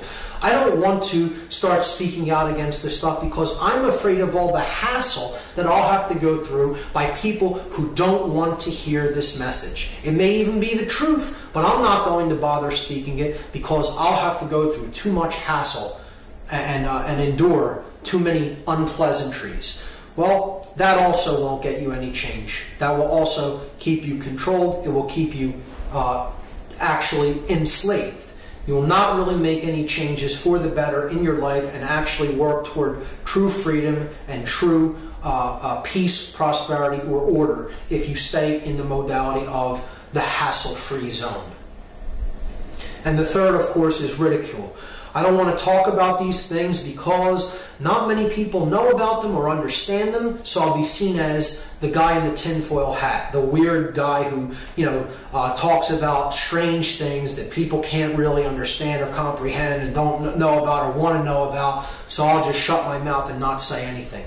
And this is another way that we police ourselves. These methods are how the sheep become the sheepdog and police themselves. Denial, hassle, ridicule. We fall prey to these. We're not really working toward true change. We're not really working toward true freedom. So now I'll start to discuss the big three heavy guns of manipulation. And the last part of this part one, part A of the problem, part two, okay, is religion. And the second half of part two, the problem, will pick up with the subversive use of symbolism, and then we'll go into the last and potentially the biggest method of manipulation, chaos sorcery. But we'll look into religion now. And it is one of the big three methods of manipulation, and it is essentially, all religions are essentially one thing in disguise. They're presented to us as essentially different ideologies, and they all do have a core of truth to them that is very well hidden, it's very well concealed. It's there. You have to go through a lot to get to it. But religion in and of itself is technically a disguise for something. And I look at it as a binding, as a magical binding, which we'll see. Thomas Paine, who is one of my personal greatest philosophical influences, one of the people who is really one of the core philosophers of the American Revolution and the principles that founded this country about freedom and about sovereignty. He made this statement regarding religion, which I personally resonate with and have for many, many years. I do not believe in the creed professed by the Jewish church, by the Roman church, by the Greek church, by the Turkish church, by the Protestant church, nor by any church that I know of. My own mind is my own church. All national institution of churches, whether Jewish, Christian, or Turkish, appear to me no other than human inventions set up to terrify and enslave mankind and monopolize power and profit. That is what organized religion is really about. It is a methodology of control, specifically mind control, through fear. Through fear of the unknown, through fear of the unexplained aspects of ourselves, of how we are actually connected to divinity. And we need no priest to experience that. We must become our own priests, our own shamans, if you will, to experience the divine within us. And Thomas Paine's quote there perfectly encapsulates how I feel about religion in general. And moreover, it's because I understand the word religion and what it really means. The word religion is from the Latin religare, and religare means to tie back, to hold back, or to bind fast. It does not mean to reconnect, as many individuals will translate the word religion. If you look up the word religare, which is where the word religion is derived, it means to tie by binding. That is what the word actually means. If you know how to connotatively translate Latin and you know the true etymology of words, religion means binding, or to hold back by tying. And what is it binding? What is binding? Yeah. Here, to prove the point, in a Latin dictionary, I look up the verb religare and it says to tie out of the way, to bind fast, or to moor. I'll be presenting a couple of these dictionary lookups just to prove the actual etymology of the word, so someone doesn't have to take my word for it. So religion is binding, but what is binding? What is binding in actual magical practice, in occult circles, in occult parlance? What does binding mean? Well, binding is a magical term, and it is descriptive of a class of spells intended to thwart or hold back the progress of an opposing force or practitioner. So that's what binding is, to thwart or hold back, to tie out of the way. That's what religion is, a binding. So what is it trying to bind? If it's binding something, what is it binding? Well, I call this the dartboard of truth. Okay, this is the religious traditions of the world around the outside. Inside, in the inner circle, you have the mystical traditions, but then there's the core of truth. That's what all religions ultimately share. But it's also what the exoteric aspect of the religion is trying to hold you back from. That's what it's binding. Religion is saying this shell out here is what the truth is. It's saying don't look here and certainly don't look here. Take our word that this is what it is here. So religious traditions are exoteric, meaning on the outside, on the periphery. The esoteric or the mystical traditions come much deeper and closer to the core of truth. They may not be at the bullseye, at the very core or the heart of the truth itself, but they're much closer. They guard the inner sanctum, the holy of holies, the true secrets, the thing that really connects people to truth, that is indwelling. So that's what we want to get to. We want to get to that bullseye. Religions are here to act as a shell to prevent us from getting to that core. And that's what they're binding. Isn't to say that there isn't truth to be found within any of them. But to look, again, it's a box for consciousness. You're looking into any given religion, you're not seeing the whole picture. And the thing that most people do not see when they look into a religion or when they become part of a religion is that all religions share one common thread. They are all essentially astrotheology in disguise. What astrotheology is, it is the placing as gods the planetary bodies and the astronomical bodies that we see in the sky. So it is essentially the worship of the gods in the sky, the planets, the stars, the sun, and the moon. So there are three major groups of astrotheological worship. There is a aspect of astrotheology that is dedicated to the smaller lights in the heavens, the pinpoints of light, so to speak. They're the stars and the planets. Okay, so the small lights of the heavens are the stars and planets, all the little pinpoints of light that we see in the night sky. That's one of the bodies of worship for astrotheology. And the other two are the large lights that we see in the heavens, the sun and the moon.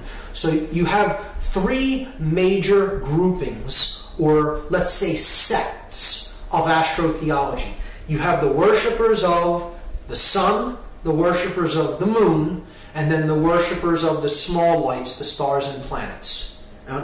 I'm going to choose one of them to tell the story of how that particular religion is given to one of these aspects of astronomical bodies. And since it is the religion that I was indoctrinated into when I was young, I'm going to choose Christianity. And I'm going to tell the story of how essentially Christianity is an ancient sun worship religion. So I'm going to use, there are many different cultural myths and cultural religious ideologies that I could have went to discuss the story of the sun, but I'm choosing the Egyptian culture because I think it's probably the clearest example. This is one of the gods of ancient Egypt known as Horus. Horus, Horus. Horus was known as the golden falcon in Egyptian cosmology. He was the sun god, the solar disk that rises in the east and he flies across the sky in an arc. Okay, he flies across the sky in his solar arc. He makes an arc across the sky until he reaches the west at sunset. So Horus is a golden bird. He's a bird that is gold, a falcon, and he makes his trek across the sky daily. The word horizon is it means the zone of Horus. Hori, H-O-R-I, is the genitive or the possessive word for Horus. It means Horus's or of Horus. Zone, the horizon, the zone of Horus. That's where Horus appears during the day, on the horizon. The horizon. He makes his trek across the sky, and then he goes into the west at sunset. Okay?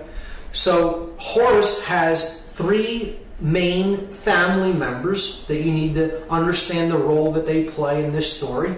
He has a mother, a father, and a brother. His mother is depicted here, Isis. Isis is the goddess of the night sky in Egyptian cosmology. She is often also identified as the moon goddess. So at night, when the sun is not up, the moon is the queen of the heavens. She rules the night sky. Her cloak is the dark cloak that the stars are embedded in. Okay? So she's the goddess of night, and the moon is her presence when the moon is out and you see it at night. So this dark, feminine moon goddess that also represents the cloak, the black cloak of the night sky with all the stars embedded in it, each day gives birth to the rising sun. She gives birth to God's son, the son that is owned by the God of the heavens, Osiris, the Father God, the Creator God. Horus is the son of Osiris. He is the Creator God's son. Here you see the solar disk above his head, and the divine mother, Isis, gives birth each day to the solar God when the sun is born of the night sky. Horus is depicted right here. He is touching Osiris on his right temple. His dark brother, Set, depicted right here, okay, is touching Osiris in this picture on his left temple. This is the idea of conscience. This is the idea that Horus is the right mind. He is the connection to the right brain. So he's touching Osiris on his right side of the brain hemisphere. So this is moral action. He's the male principle that's born of the feminine principle of emotions. Right? This is the goddess of emotion. The feminine goddess, the Holy Spirit, our emotions. And our emotions are what give birth to proper moral action. So he is the light of the sky. He's touching the right brain, right? On the left, you have the god of darkness. He's known as Set in the Egyptian pantheon of gods, in Egyptian cosmology. Set is the one who comes at night when the sun is setting. This is where we get the word set, the sun set from. And he conquers the light. He conquers Horus, and darkness prevails. So this is one who is in ignorance, if one is in worship of Set. This is the dark god. It's associated with darkness, ignorance, and the light going out. And look, he's touching the left brain, which tells you if you're too left brain, your actions are not in moral rightness. You're not in the light, you're in the darkness, where the light is put to death. So this is like the concept of the devil on one shoulder and the angel on the other shoulder of conscience. One's whispering in your ear to do the wrong thing, one's whispering in your ear to do the right thing. And Horus was known as, he's a god of uprightness, of righteousness, the savior of the world, the god of light, the solar disk. And Set is the god of darkness that conquers the light. So you see here the Trinity. Osiris is our thoughts. Isis, our emotions. And Horus and Set, our actions. One is born of moral uprightness, and one is a god of darkness and ignorance. It's a beautiful moral symbolic analogy, if we take it as an expression of consciousness symbolically and not as physical gods in the sky. So here we see another statue from ancient Egypt of Osiris, the middle pillar, our thoughts, and then you have Horus, the male principle of action, alongside Isis, the feminine lunar goddess of emotion. Here you have again the yang principle, the yin principle, and the mixture between the two. The coming together of the male and the female. Or thought, emotion, and action coming together as one. So here on the left we see Horus as the child with his mother Isis, and on the right we see the comparable image of Mary with the Madonna with the child of Jesus. Now there's a couple of reasons why they are a virgin goddess, and they give birth to a male child that is not born of a male sexual union with a male. The reason for that is Isis represents the intuitive brain. She represents the midbrain, where conscience and intuition come from. When one conquers the reptile brain and is getting in touch with the right brain of conscience and intuition, one has conquered the father, the controller part of the brain, the oldest part of the brain, the reptile brain, and it is a virgin birth. The feminine limbic brain is giving birth to the neocortex, the divine male child of proper moral action into the world. So it's a virgin birth. We're going to see how even that idea is covered over by astrotheological ideas, and it's just looked at as that's the place where the sun is born in the zodiac, which we'll get into. And look at these images of Mary, depicted as the queen of heaven with her crown on in each example. She is the moon goddess. She wears the dark cloak with the stars embedded in it. The cloak of the night sky with the stars. And in each example, here in this example, you actually see the crescent moon at her feet. She is the lunar goddess.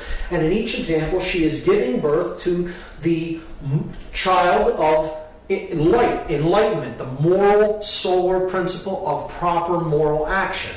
Here you see Jesus depicted as laying on hay, which is actually the radiant rays of the sun. Here you see him coming out from beneath the cloak of the heavens, being born, the night sky bearing the solar male child during the day. And here you see from her cloak, here is the sacred heart of Jesus being born in the flames of the sun. So in every example, you're seeing the Queen of Heaven, the night sky, the lunar goddess, giving birth to the child of moral action, the sun. Now, to understand how the story of consciousness, which is Christianity, there is a real religion of Christianity underneath the astro-theological trappings of it that it is wrapped in to sell as a binding.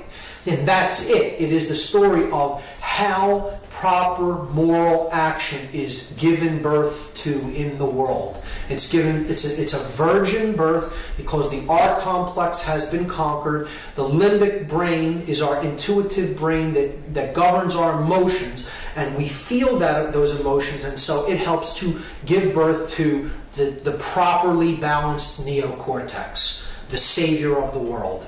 So, to understand the story as an astro-theological metaphor, we have to understand two basic concepts in astronomy that aren't too complicated. One is what creates the seasons of the year, and the other is what is the precession of the equinoxes. So I'll take the first one, what creates our seasons. Our seasons are created simply because of the tilt of the earth in relation to the plane that it orbits our sun in. That's all. It has nothing to do. The earth doesn't vary in great distance from the sun as it makes its journey around it during the year. It is a slightly elliptical orbit, but for our intents and purposes, we can consider it as a circle. So it has nothing to do with distance from the sun. It is simply the tilt of the earth on its own axis of rotation. That's the only thing that really creates our seasons. So let's look at this. Here the sun is at I'll start at the autumn equinox. The autumn equinox, the sun is directly at the equator of the earth. Okay, so see that angle that the sun is making with the equator of the earth? It's right at the equator, right at that point. Okay, so the sun is right at the equator, 0 degree, no angle. If you went to the equator and looked straight out, at that day, the sun is right at the equator. It's not in the northern hemisphere, it's not in the southern hemisphere. As the earth makes its journey around the sun, later in the year, it arrives at the winter solstice. And you see that the tilt of the earth doesn't change as it goes around this plane of its orbit. Here, it's making a different angle with respect to the sun. So look at where the sun is striking the earth at. It's striking the earth in the southern hemisphere. Here's the equator, here's the northern hemisphere, here's the southern hemisphere. So the angle that it's making is toward the southern hemisphere. So the sun started here and now it went down to here. So now, at this point, the winter solstice, the sun is now at a 23.5 degree south angle. The next time of the year is the spring equinox, and the sun has now moved from its southerly position and it's gone back to the equator. So it is back at a 0 degree mark with relationship to the sun. Then we go toward the spring season and to the summer solstice, the beginning of summer. So at this point, we see here's the equator of the earth, here is the sun, and here's the angle that it's striking the earth at. And we see that now it's in the northern hemisphere. It's striking the earth at a 23.5 degree north angle. So now the northern hemisphere is favored by the sun during the season, and that's why it's the beginning of summer for us. When the southern hemisphere is favored by the sun here, that's summer in the southern hemisphere and winter in the northern hemisphere. Okay?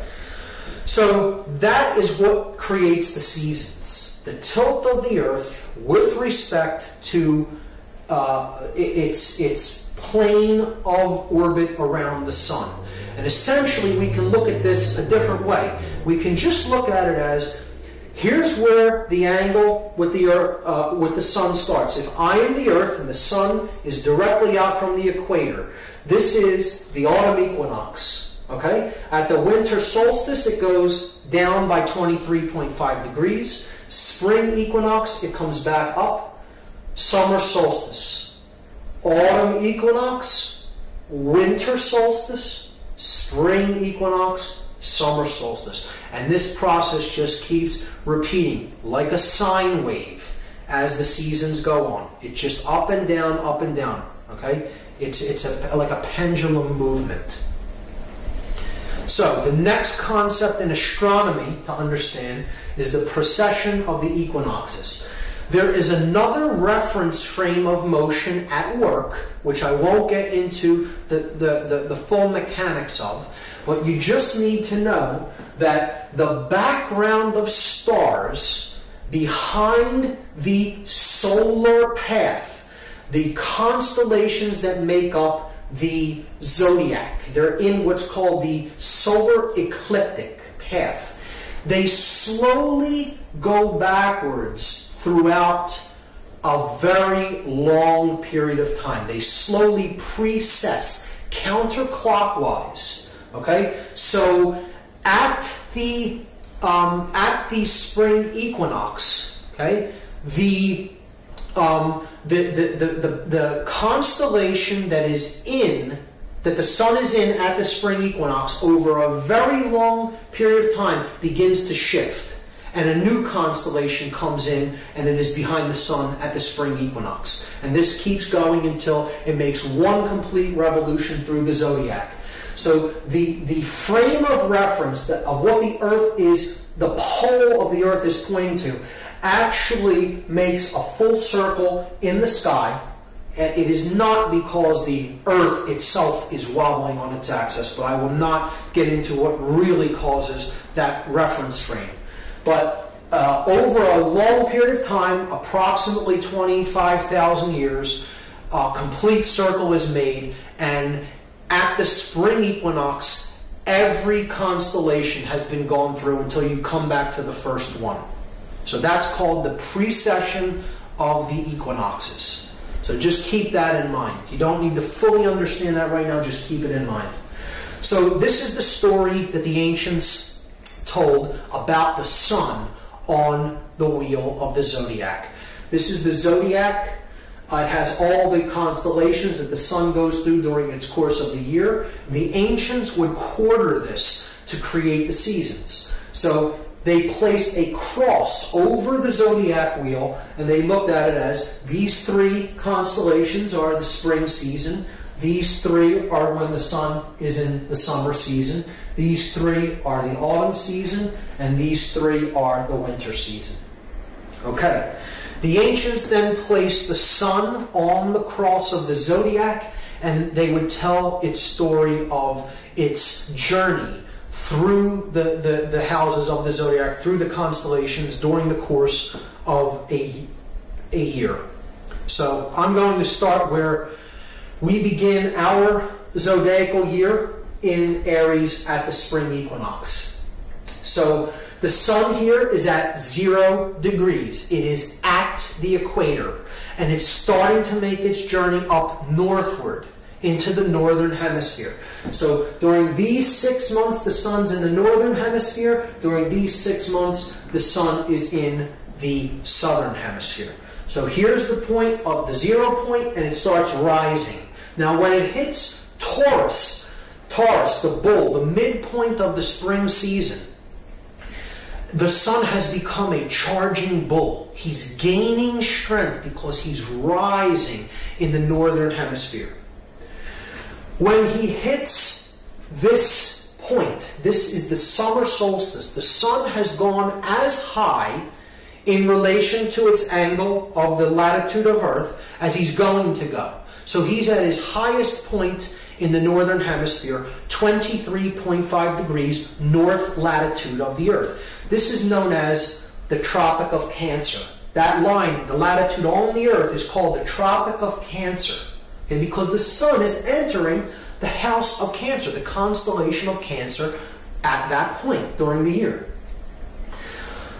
This is the summer solstice. It is the longest day of the year as far as light goes, because the tilt of the Earth makes the northern hemisphere of the Earth favored. Now, the sun is entering the summer season, and he's traveling toward Leo the lion. This is the season that the sun is hottest in the northern hemisphere. He has become a roaring lion with a large mane. You know, the solar rays of the sun, the fierce lion. And then the sun makes his journey into Virgo, and that is, after he passes that house, he's at the autumn equinox. Now, he's back at 0 degrees now, and he's getting ready to fall into the southern hemisphere. This is why this season is called fall. The sun is making his descent to another solstice, to its lowest point of power. Okay? So that's the season of fall. Now, this is where the story of Christianity starts to become involved in the telling of the astrotheological story of the sun on the cross of the zodiac. And it is because at this time of the year, when the sun is in Virgo, getting ready to make his journey into the southern hemisphere, into Libra, while the sun is in Virgo, in the constellation of Virgo, when it is rising at the beginning of the day, there is a constellation beneath the house of Virgo, known as Crux.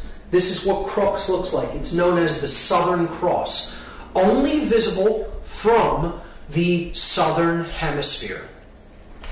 So at this time, the ancients would say that the sun was on top of the cross of Crux.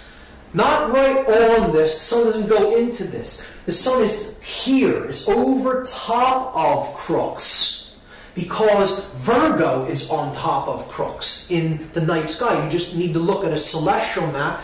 You pinpoint Virgo, and then you look lower toward the southern hemisphere, and you'll find Crux, the Southern Cross. So at this time of the year, the ancients said that the sun was placed upon the cross of Crux, the Southern Cross. And this marked the time that the sun was getting ready to begin to die, begin to go to his lowest point, the winter solstice.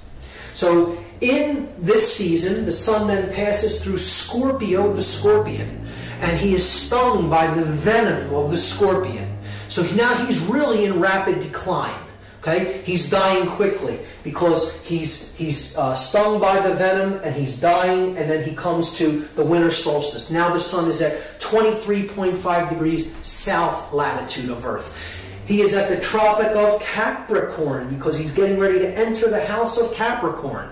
This is the Tropic of Capricorn, 23.5 degrees south latitude of Earth. This is when the sun is at his winter solstice, and the ancients knew that was as far south as the sun would descend. It's making its lowest arc across the southerly sky that it's going to make, and that's the shortest day of the year as far as light goes. It's the day that is the longest day in darkness. So this is when the sun was said to have died upon the cross of the zodiac. He's at his lowest point of power, and he has died upon the cross. So remembering that at the autumn equinox point here is when the sun was placed upon the cross of Crux, the Southern Cross. And this point here at the winter solstice is when the sun dies on the cross of the zodiac. You see here that it passed through 1, 2, 3 zodiac houses to reach that point. This is a symbolic corollary to the story that Jesus hung upon the cross for 3 hours, 3 Horuses hours, before he expires upon the cross. So in this instance, from the autumn equinox to the winter solstice, these 3 zodiac constellations are seen symbolically as hours. So at the winter solstice, the sun has reached his lowest point in the southern hemisphere, and this is at this point the ancients could see with the eye no visible movement of the sun back toward the northern hemisphere for approximately 3 days. So the winter solstice takes place on December 22nd. For 3 days, the sun is seen to be stationary, and its arc is staying at the same position and location in the sky as it rises and sets. It is not until 3 days later that the sun begins to make its trek northward until that is visible to the naked eye. So the ancients would see the sun rising farther northward and its arc getting somewhat larger on the 3rd day after the winter solstice. And that day, of course, is December the 25th, the birth date of the sun, because that is the day, visually, the sun can be seeing to be born from its place of death in the southern hemisphere and to begin to rise again, or start the cycle again of rising and falling during the course of the year. So that is the date when the Son of God is said to be born, and he is born of the Virgin. And we talked about what that really means, the birth of consciousness, the birth of the neocortex from the mammalian brain. However, in this context, astrotheologically, it means that the Son is born of Virgo. So that, at one point, was where the zodiac began. It began at this point, the line between Leo and Virgo. So at that point, the Son would be born of Virgo, the Virgin, not of Aries. So if the Sun, the zodiacal year would begin at this point, it would travel in a circle until it reached Leo and back to the Leo-Virgo line. So if you look at where Virgo is and you count the houses in procession, in the procession of equinoxes, okay, backwards, counterclockwise through the zodiac signs, you get 9 months, and that is the human gestation period. The Son, if he is born of Virgo and carried to term for 9 months until he is born at the winter solstice point. So in that instance, the zodiacal houses are seen to be months symbolically. Here we saw them as hours, and here we see them as months, and we're going to see them as days as well. So here we see a zodiac in stone. This is the Virgo, the Virgin, and Leo, the Lion, the Sphinx. Its position looking east toward the rising sun, and it commemorates the Son being born of the Virgin and the trek of the Sun through the zodiacal houses until it ends up in Leo at the end of the ancient zodiac. So the Sphinx is simply a zodiac in stone. Now, at the winter solstice, the Sun then begins his trek northward again. He goes through Aquarius, the water bringer, because the winter frost is beginning to thaw as we approach the spring equinox again. Okay, so that's the bringer of the waters. And then the Sun comes back full circle to the spring equinox, the 0 point again, when it is back at the 0 point, the equator. And we see that at the point that he died in the southern hemisphere, or in his tomb, after being placed on the cross, he's in his tomb of the southern hemisphere, and after 1, 2, 3 days, he comes back to the 0 point to begin rising again in the northern hemisphere. So this is the rebirth of the Sun. This is the emergence from the tomb of the southern hemisphere to the favored northern hemisphere. And that day is Easter Sunday. And think about the day. East, star, sun, day. All concepts associated with light, the sun, and the sun is a star. It rises in the east. It's up during the day. So Easter Sunday happens at a different date every year. It happens on the first sun day, the day of worship for Christianity, is a solar religion, a solar astrotheological religion. And it occurs the first sun day after the first full moon, because again, the lunar moon goddess must become full to bear the sun, after the spring equinox, or the rising of the sun from the spring equinox, out of the tomb of the southern hemisphere. So Easter Sunday is always celebrated on the first sun day, after the first full moon, after the spring equinox. And this story of the Sun Savior that has 12 helpers, the 12 constellations of the zodiac, who is the light of the world, the way, the truth, and the life,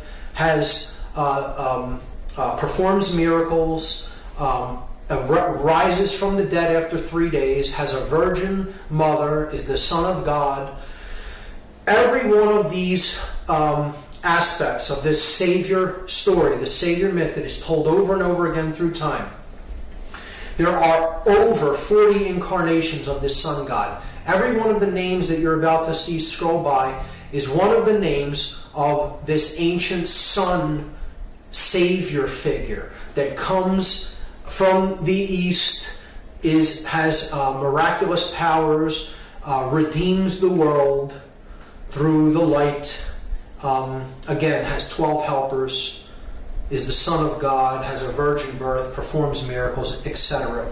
Every one of those names is that same Savior myth retold, and every one of those names predates Christianity. It predates the first century of the Common Era, often by thousands of years. Some of those names predate the time that Jesus was said to have lived by 2,000 or even close to 3,000 years.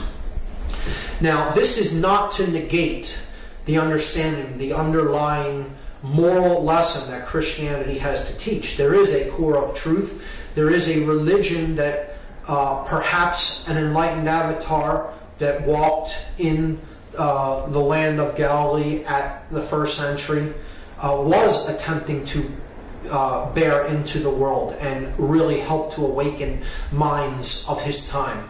And I don't necessarily try to negate that it may have been a teacher or a group of teachers. However, I think that the idea has been co-opted, and it has been turned into this story of the ancient pagan Son Savior myth in order to conceal the true message of what the virgin birth is, of what the Savior of the world is, and what indeed the ideology that perhaps an enlightened avatar at that time was trying to teach people and help to enlighten them to. And therefore the authorities of the time had to shut down that expansion of knowledge, and they did it by taking it and perverting it and wrapping it in the old sun worship cult, the cult of the unconquerable sun, Sol Invictus. And that's why we see the story of Christianity presented to the masses in the way that it is today. I don't think it negates the true moral lessons that can be gleaned from Christianity, but what we are seeing presented as Christianity and organized religion is certainly not the religion of Christ consciousness, so to speak, of higher levels of awareness, which is what I believe if you look into the true message of Christ, the true teachings that are encapsulated in his words, I don't think that's what modern Christianity is really teaching people. Leonardo da Vinci understood that this is what Christianity was, and he brilliantly codified this in his painting of the Last Supper. If we look at the symbolism that's encoded into this painting, we see that we have a dark half of the room and a light half of the room. Okay? So again, this is the concept of the light and the dark. You could look at this as the male aspect, right? You could look at this as the female aspect, right? So the yang energy, the yin energy. Jesus is the perfect blend of the two. He's the middle. He's the chemical wedding, so to speak. He's the Savior, the light of the world, of higher consciousness. You see that he sits in the region where the light is really coming into the room because he's the sun. He is surrounded by his 12 helpers, or his 12 apostles, the zodiac constellations. You see they're broken into groups of 3, right? So this would be the winter season here. And then as you're rising, this would be the spring season. Okay? Here, you're going toward, this would be the autumn season, and of course that would be Virgo. Okay? No, Virgo is actually in the summer season, technically. It's above the line. So this is the autumn season. We see that he's surrounded by the 12, his 12 helpers, the 12 signs of the zodiac. we see that they're broken into groups of 3, each group representing one of the seasons. Here in the dark part of the year, you have winter and you have autumn. And then as you're going toward the light part of the year, summer in the northern hemisphere, here you have spring. This group here is spring, and the far group there is summer. Because you see that the part when the sun is darkest, that would be winter, and you're going up toward the summer season there. And Jesus is the equinoxes. He's the perfect balance between the two. So he is the star, or the Son of God, at the gate, the star gate. And see, there's like chaos in the room. They're not in agreement with each other. They're arguing, or there's some conflict. And Jesus has a peaceful countenance on his face because he is the way, the truth, and the life. It's the blending of the male and female to awaken the prefrontal cortex, and that is the way out of the world of conflict, confusion, and it is the way to the light of the world above, the connection with the light of the world above. So Da Vinci encoded this all brilliantly into the Last Supper, and I think he had a real strong grasp of what the real message of Christianity was versus what was being sold to us in astrotheology. So here we see the 7 planets, or gods, if you will, that are visible to the earth with the naked eye. You have the sun, you have Mercury, Venus, the moon, Mars, Jupiter, and Saturn. These are the 7 gods of the ancient world. These are the planetary bodies that can be seen with the naked eye. One cannot see beyond Saturn without the aid of a telescope. We see that each day of the week is given to one of these 7 gods. So we have the days of the week given in English and French, and then we have the planetary body that they are associated with. Monday is the moon's day. Tuesday in French is Mardi. It's where we get the phrase Mardi Gras from. That's Mars's day. Interestingly, the 9/11/2001 event took place on a Tuesday for the invocation of Mars, the Roman god of war. Wednesday is Mercredi in French. That's Mercury's day. Thursday is Thor's day. In Norse ideology, Thor was Jupiter. Friday in French is Vendredi. That's Venus's day. Saturday and Sunday are relatively self-explanatory. The Jewish religion is Saturnian-based. It's the stars and planets, astrotheologically, the religion of the stars and planets, and therefore its day of worship is Saturday, after Saturn, who they considered, since it was the farthest body out from the sun that could be seen with the naked eye, it was considered the ruler of the planets. And then, of course, Sunday is the sun's day. Christianity worships on Sunday, being a solar cult. Our whole notion of time and how we see time is also affixed to the concepts of astrotheology. So we have the 3 astrotheological sects: the sun, the moon, the planets, and stars. And we look at our clock being a symbolic zodiac. It has the 12 houses. Okay, it has 3 hands. Each one of the 3 hands of an analog clock is given to one of the sects of astrotheology: the solar, the lunar, and the planetary. So we see that the sun is given the hour hand, the most important hand, because it's the hand of Horus, the sun god. The minute hand is named after Min, which is an ancient name for the moon. Min was the moon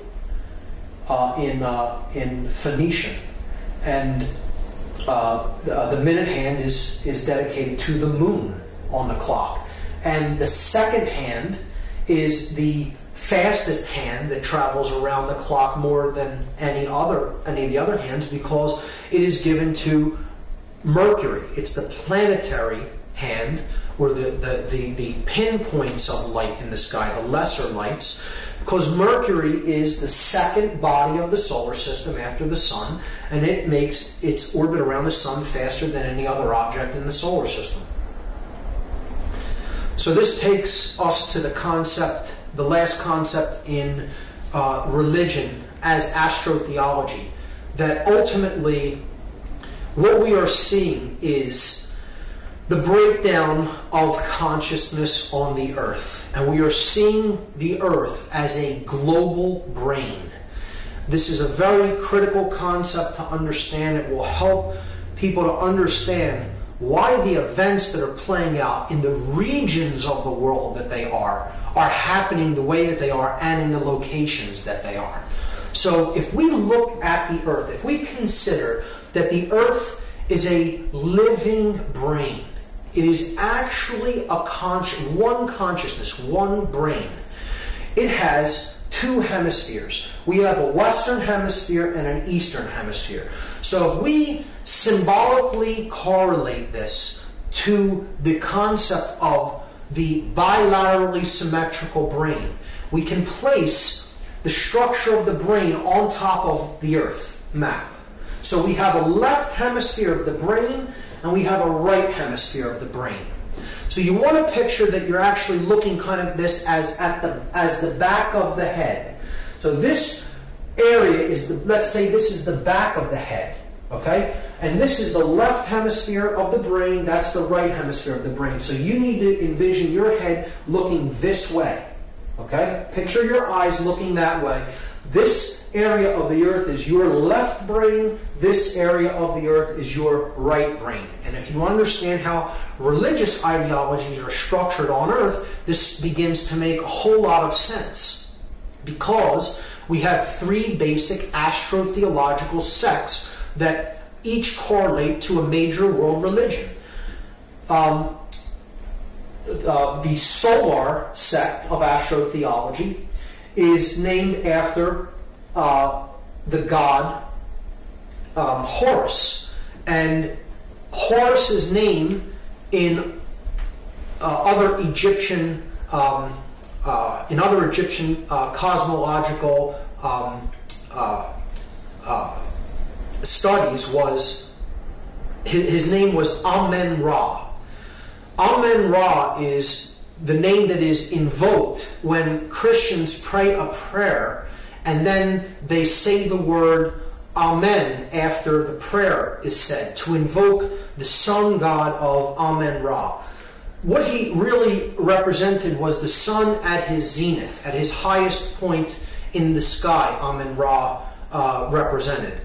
So it is the sun not at each horizon, at the rising horizon, he could be called Horus, the golden falcon. At the setting horizon, he is Set. But at the zenith, his highest point in his arc across the sky, he was known as Amen-Ra. And often this was just shortened to Ra or Ray, where we get the word rays of the sun from. So it's another name for the sun god Horus.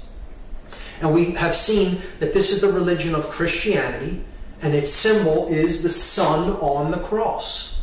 There you have the sun behind the cross right there. And I'm going to place the blade as this Western left hemispherical religion, the male religion. So the symbol I'm placing on the sun here is the blade, the upward pointing triangle representing yang energy, male energy. The moon cult or sect of astrotheology is named after the moon goddess Isis, depicted here. So this is Isis. The moon religion is the predominant religion of the Eastern Hemisphere, and it is Islam. Islam's main symbol is the crescent moon. And we see, just as Christianity is the predominant religion of the Western left left brain of the earth, the left hemisphere, and it's a male principle. The religion of Islam means surrender. The word Islam means surrender to God, because it is the religion of the predominant religion of the right brain hemisphere, which is passive or surrendering. So Isis correlates to the right hemisphere of the earth and the right brain hemisphere of the human brain. And on the moon, I'm going to place the inverted triangle known as the chalice. Now, there's another world religion, and it is based upon the sect of astrotheology of the stars and planets. So the creator god Osiris is looked at as the god of all the stars, because he's the god of all the suns. He created the heavens. And in Phoenicia, Cana, he was the ruler of the planet Saturn. Saturn is the planet that is farthest from the sun that can still be seen with the naked eye. So his orbit is seen to encompass all other planets. As such, he's the ruler of the planets that revolve around the sun, that have orbits around the sun. And in Semitic religions, ancient Semitic religions, this god was known as El. It's where it means God, the word El. In Judaism, which is what Judaism is actually this aspect of astrotheology. Its religion, its symbol is the star. Okay, the stars, because it is the religion of the stars and the planets, the pinpoints of light, as we talked about, the small lights in the heavens. So the name of God in Judaism is Elohim, and it's plural. The reason it's plural is because there isn't one God. There's many gods. Elohim means the stars and planets. That's the big mystery about why El is pluralized in the Bible. Because the real astrotheological basis of Judaism is the stars and the planets, plural, the many lights of the heavens. So that's where Elohim is actually derived. And of course, just like their symbol being the star, it's the combination of the male and the female symbols into one. Now, the reason that there is a twofold aspect to the middle part, the middle pillar of the earth, is because in the middle, if we're looking at the brain from the back side of the brain, okay, so your head is actually facing this way, and you're imagining this side as your left brain hemisphere, this side as your right brain hemisphere. What do we see playing out in the world today? We see the left-brained Christian nations of the Western Hemisphere waging war against the right-brained Islamic surrendering nations, or the ideology of the surrender to God as being their religion, the basis of their religion. We're waging war over here in the Eastern Hemisphere, in this region, okay? So it's like the left brain is over attacking the right brain. And the Middle East, the Middle Eastern region is where all of this conflict is centered. And the reason that it's centered on that part of the earth is because this region of the earth is the back of the brain of the earth. It is the cerebellum of the earth. The opposite side of the earth is where the Pacific Ocean is at. So that's where the energies are truly united, on the opposite side of the earth, the peaceful ocean. Pacific, peaceful. It's the prefrontal neocortex of the earth, the third eye of the planet, so to speak. And right on the other side of the globe from this point, you would see in the middle of the Pacific Ocean the Hawaiian Islands, with the largest volcano on the earth, Mauna Kea volcano on the big island of Hawaii. It is the physical representation of the third eye of the planetary brain. All the conflict is happening on the other side, the back of the head of the earth, the cerebellum of earth, which is the Middle Eastern region. Middle Earth, around the Mediterranean region. So this is a proof of the Hermetic principle of as above, so below. As the individual units of consciousness upon the planet become imbalanced toward one polarity or the other, you will see the reflection happen on a grand scale on the entire planet. The Earth is in a state of left brain imbalance because we are in a state of left brain imbalance. And we are seeing all the conflict driven by the R complex of the Earth, which is the Middle Eastern region, which correlates, it maps symbolically to the cerebellum of the Earth. If another country happened to be there at that location, that's where you would see the turmoil and conflict happen. It is a reflection of the Hermetic principle. As the individual goes, as all the collective individuals go on the planet, as their consciousness goes, so the mass consciousness will go, and you will see it reflected on a grand scale.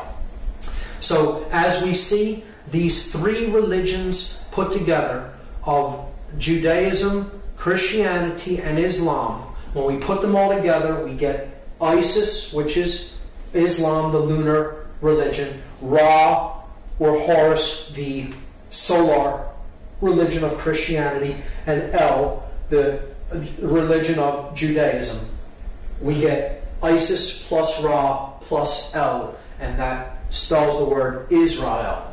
Now, this is important to understand because you have to understand that this region of the world is where these astrotheological sects actually consolidated the knowledge of the mystery traditions and then began to disseminate their knowledge and culture into other regions of the world. So it is simply an understanding that that knowledge was concentrated in that region of the world before it then began to go out and populate other areas of the world with that information.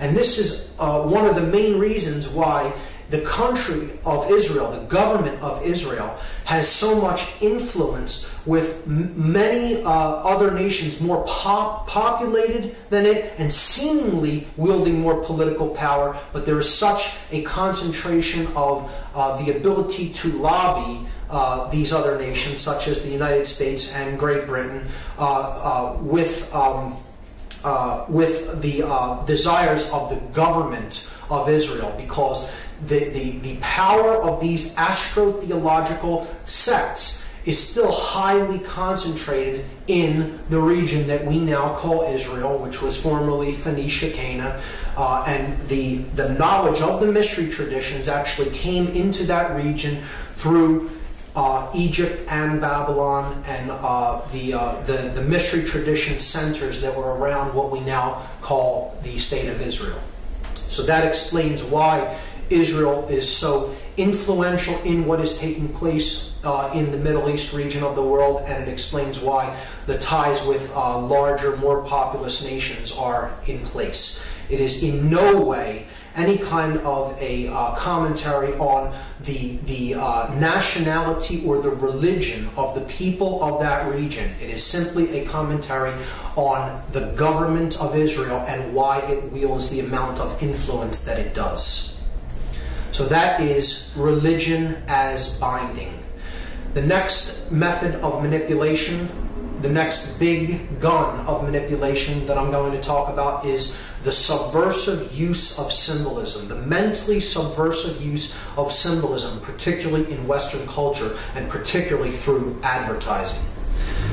So, symbolism is everywhere. It is omnipresent. It is all around us. It is in just about everything we see in our daily dealings in the physical world. It's stamped on just about everything.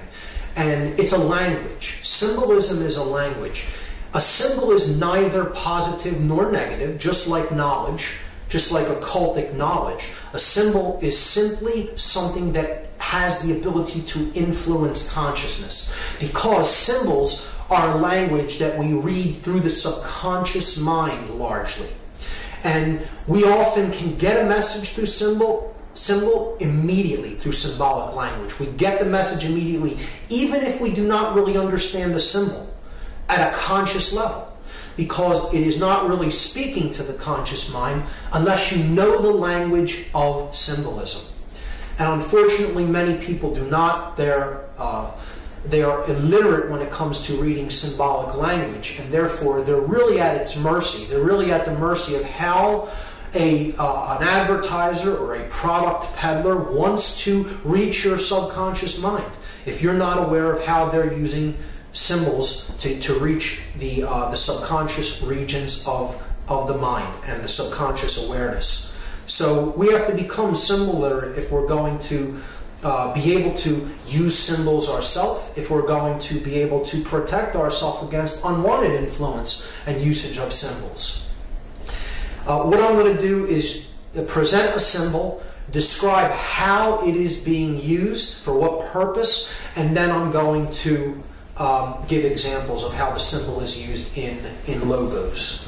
So the first symbol is that of the sun, which we already talked about the significance. The sun is a symbol of light, of life, of knowledge and information. It's a symbol of moral uprightness, okay, of morality. Most of all, it is a symbol of knowledge, of awareness, of enlightenment, of having knowledge and being able to use it to do the correct things that will lead to awareness and will lead to order in life, will lead to prosperity in life. That's what the sun has traditionally been a symbol of, however, wherever it has been used in iconography.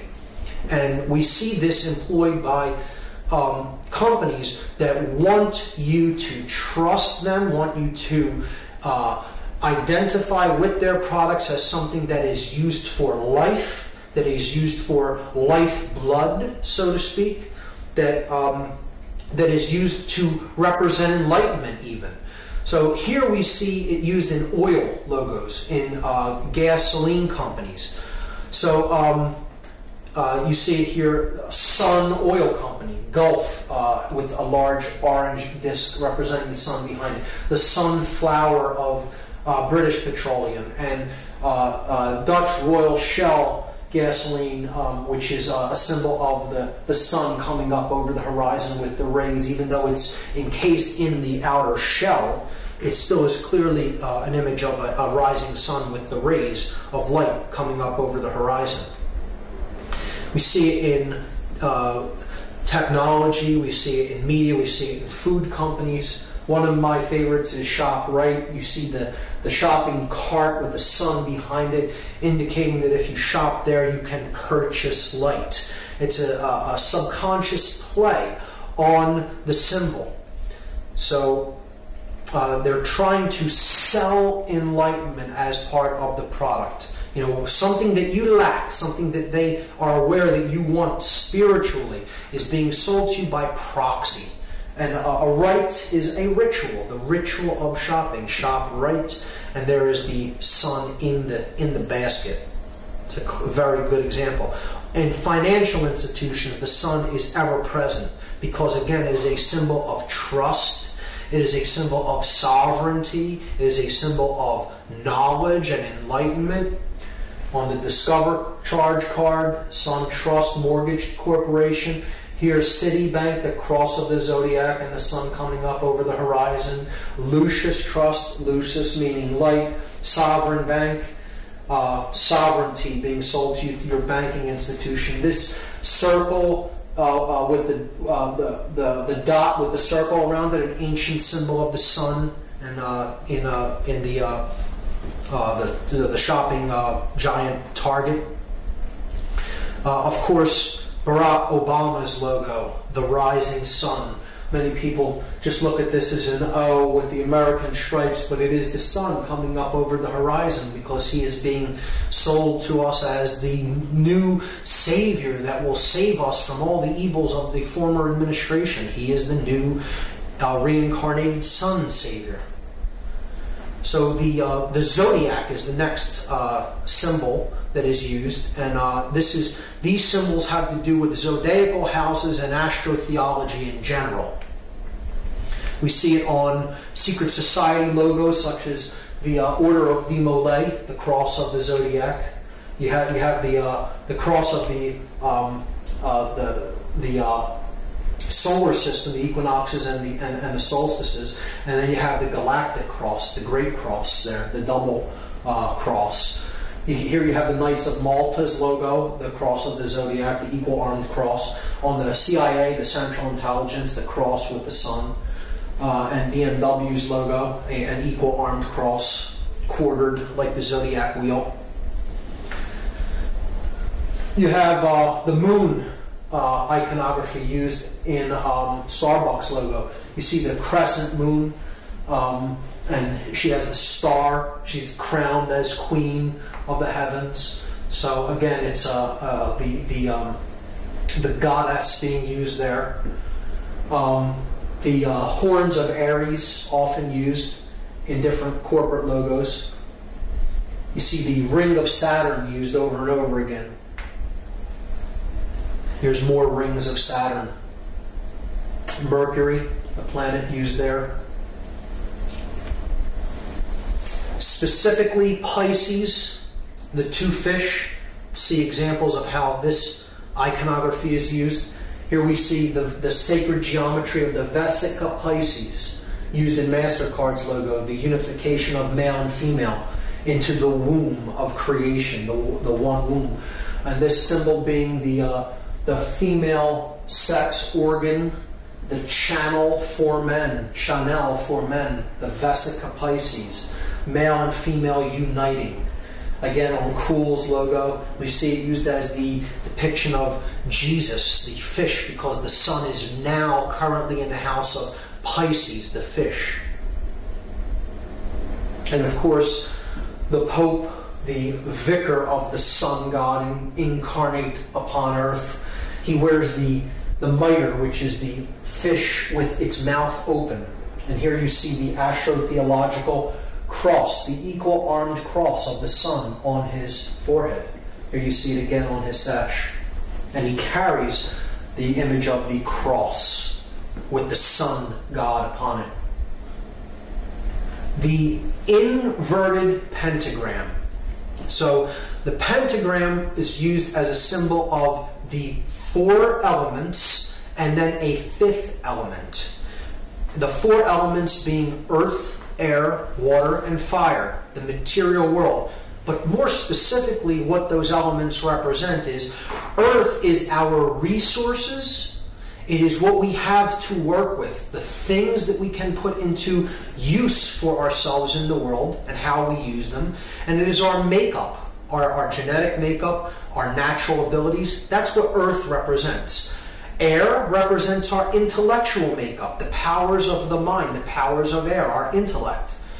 Water is our emotional makeup, how we use our emotions to change consciousness in the world. And then fire is our actions, the male principle, what we do with what we have.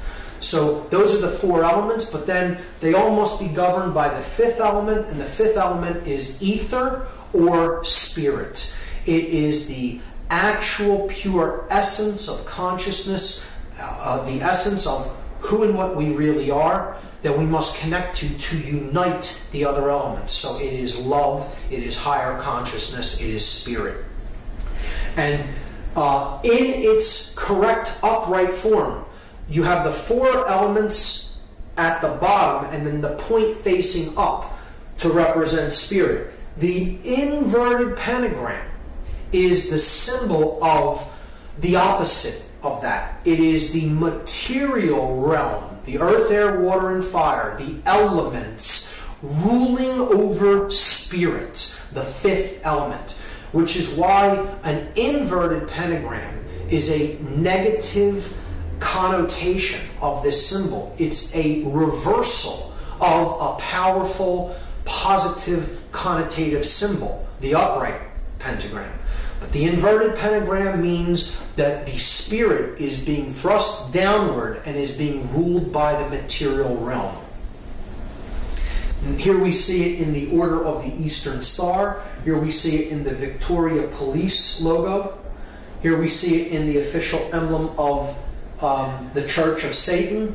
And here we see an upright pentagram for the Fraternal Order of Police. But I'm going to refute that symbol as actually being upright. And I'm going to tell you that its real orientation, if you study the iconography inside of that circle there, you would not orient that temple as it is in all Masonic tradition unless you flip that pentagram over. And then you're seeing it for what it really is being used for, particularly in its usage with the Fraternal Order of Police.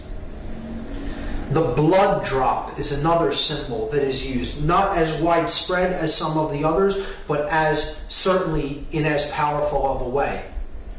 And this, again, represents life force energy, the blood drop. It is our life blood. So we see this in often oil companies and financial institutions. Commerce Bank, Luke Oil, oil, money, these are your lifeblood. Pemex oil from Mexico, Getty, here's the combination of the blood drop with the solar disk. The triangle and all-seeing eye, or pyramid and all-seeing eye.